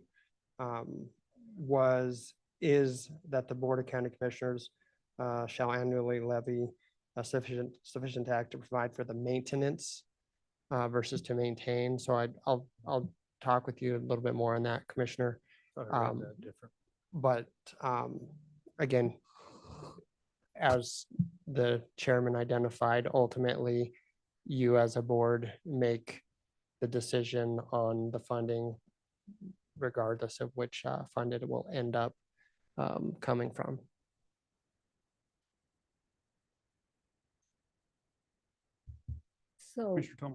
So if we let them use the money from that capital fund they created to do this project, but then you're saying during the budget process, we may eliminate the future of that type of fund. Is that what you're saying, Mr. Chairman? No. So we have a maintenance fund for them statutorily required that has been the old way of funding, if you will. Last year, we set aside a reserve account. They used money out of that maintenance fund that was unused to help us. Their carryover. Right. It became a Well, that- capital reserve account. Correct. So my thought is they have, We approved that in a special motion to let them have that carryover reserve account. So all I'm saying is that we would have to undo that if we don't want to go forward with that carryover special account. Don't look at me like no, that. I've got it. I've got it down. Yeah. What I'm saying is we're getting rid of that reserve account. It's That's going what I'm away. saying, but We already- it'll take a Well, hang special on a minute. motion. If you're going to ask me a question, they have $1 million left in their maintenance fund Yeah. this year. So they're requesting $426,000 from us. I get that. So it makes sense to me. It's already budgeted for to utilize that, spend it down through a reimbursement like they currently do. And we take back the reserve account and go back to just having a maintenance fund and clean up all this all over the place. What's what and where do we go? And the question is whether or not that's maintenance, but I think we could probably come up with some form of a resolution or whatever the case is to clarify that and get us back to following simply what the statute requires us to do. That was what I was trying to push. But there shouldn't be an issue then of letting them go forth right now with that capital fund. It's still going to end up as carryover at the end of the year, whatever we decide to do with it. But it wouldn't be an issue that is this maintenance or not, if you just let them use the money from that capital fund and deplete that thing down. And then if they have carryover this year, then we make a new policy about what we're going to do with their carryover instead of trying to decide if this is maintenance or not. I think it'd be cleaner just to take it out of that capital reserve account right now. And then the carryover, we just eliminate it when it comes. Well, I think the trouble with that, my thought is they're not going to get it done in the next couple months. And so we're trying to eliminate the capital account. And so if you're just going to carry it over in that fashion, you're not getting rid of anything. So the idea is it's already been budgeted. Let's spend that down. And if they have 200,000 remaining that they need, then we can simply either take that out of the previous capital reserve or rebudget for it to carry it over for them. Just trying to simplify it where we don't have, Yeah. now we I'm have leftover fine. funds Yeah. in their maintenance fund. Now we have some that's coming out of the capital fund. We're trying to combine it all back into one, which is exactly why I didn't want to go down this road last year. So I'm fine with whatever. any other feedback? We could totally confused everyone, including ourselves. We're going to spend money, Mr. Chairman. Yeah. We appreciate you guys so much. Let us come up with some form of a resolution or something. We'll clean this up. I think you have our blessing to move forward under the current maintenance fund. But we'll try and simplify that so there's no questions moving forward and we don't have any uncertainties, if that works for you all. Okay. I think We that's the vibe appreciate I'm that. getting. And Mr. Chairman, just looking back at the original request from last month, it was the roof and the OB, and I don't see a purpose of pulling the roof out of this particular request. That was the one I said for sure I thought we should go forward with. So it's 426, 350 for the OB suite reservation, and then 73,985 for the powerhouse roof replacement. I think we treat them both the same way, regardless of what we do. Yeah, I agree. Okay, well, clear as mud, but we'll clarify it in resolution and And just to remind, they're of the 600,000, they're only asking us for 500,000 of it. Yeah. Only. correct. We do appreciate it. We do. And like we said, we're very careful with our projects. We do our best to use our own, like we said, like our own cash flow to do a lot of big capital projects ourselves. So, so thank you. We truly appreciate it. I know we had to work through some of that but we do appreciate it. I think it's going to be a really good thing for our patients. So thank you. Very good. Thank you all. Thank you. It's okay. We can make them.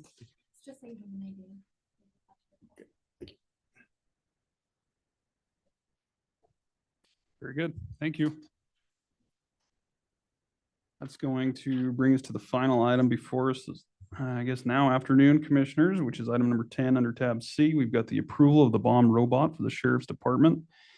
Joining us this afternoon is Purchasing Director Marty Dernovich. I believe we have Under Sheriff Tomich here. Looks like probably Christina if we need her too, or maybe she's just listening. I'm not sure.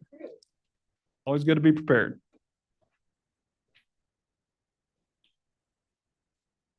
Thanks.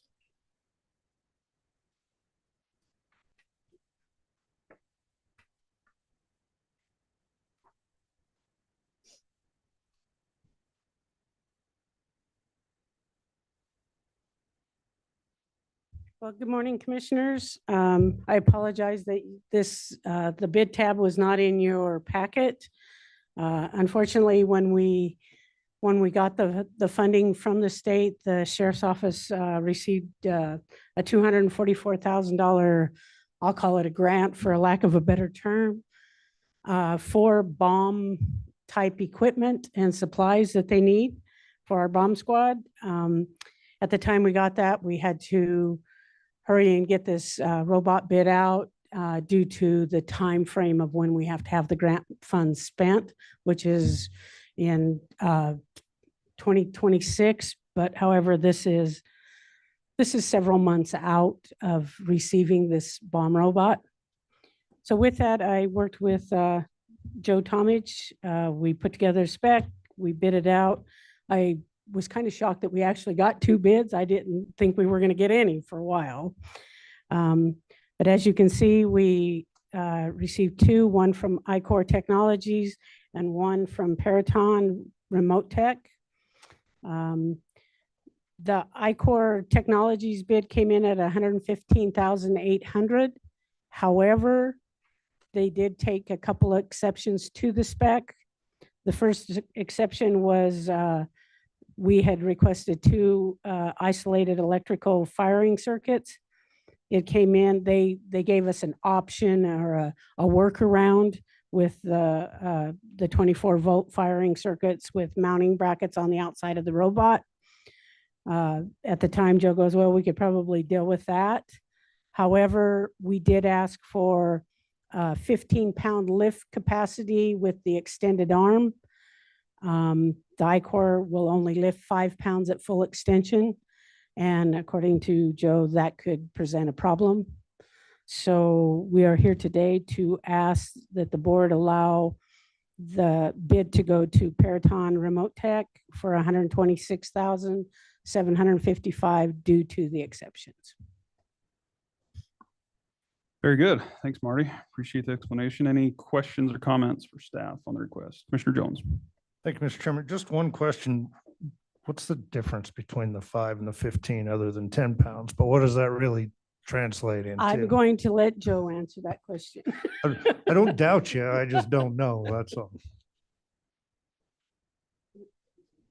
Mr. Chairman and Commissioner Jones, what that translates to is potentially our inability to actually pick up a package that may need to be picked up. I mean, to where if you tried to pick up that 15, if you have a 10-pound package, backpack or something that you're trying to pick up and move somewhere, you could potentially tip that thing over and it wouldn't function as designed. So, I mean, it's a pretty mission critical piece for that piece of equipment to be able to actually handle the extra weight. So The tip over factor might be the biggest part rather than just lifting capacity. correct. I mean, it's Okay, one thing to be able to alright. lift it. It's a whole other thing if you can't do anything with it once it or it just tips over and is stuck. So, What's full extension? so that would be, Is it 2 feet, 3 feet? I mean, I'm think just the- curious what the overall lifting capacity is if it's not at full extension. Just out of curiosity, if you don't. so have it. they basically, they spec these out with the lifting capacity basically pulled in against the machine and then at full extension. So Yeah.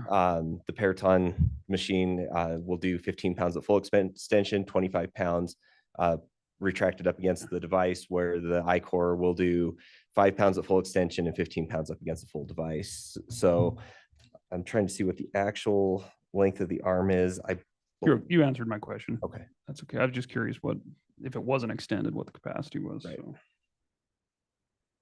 Any other questions, comments?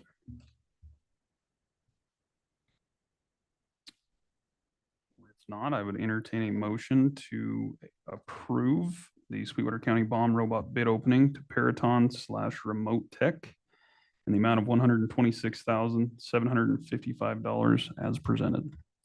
So A motion by Commissioner Richards. Do we have a second? second. Second by Commissioner Jones. Any further discussion? Just hope you never have to use it. We probably will use it, but hopefully for better things. All those in favor signify by saying aye. Aye. Opposed, nay. Motion's unanimous. Thank you. Thank you both. Appreciate it. Commissioners, with no further business to come before us this afternoon, this meeting stands adjourned.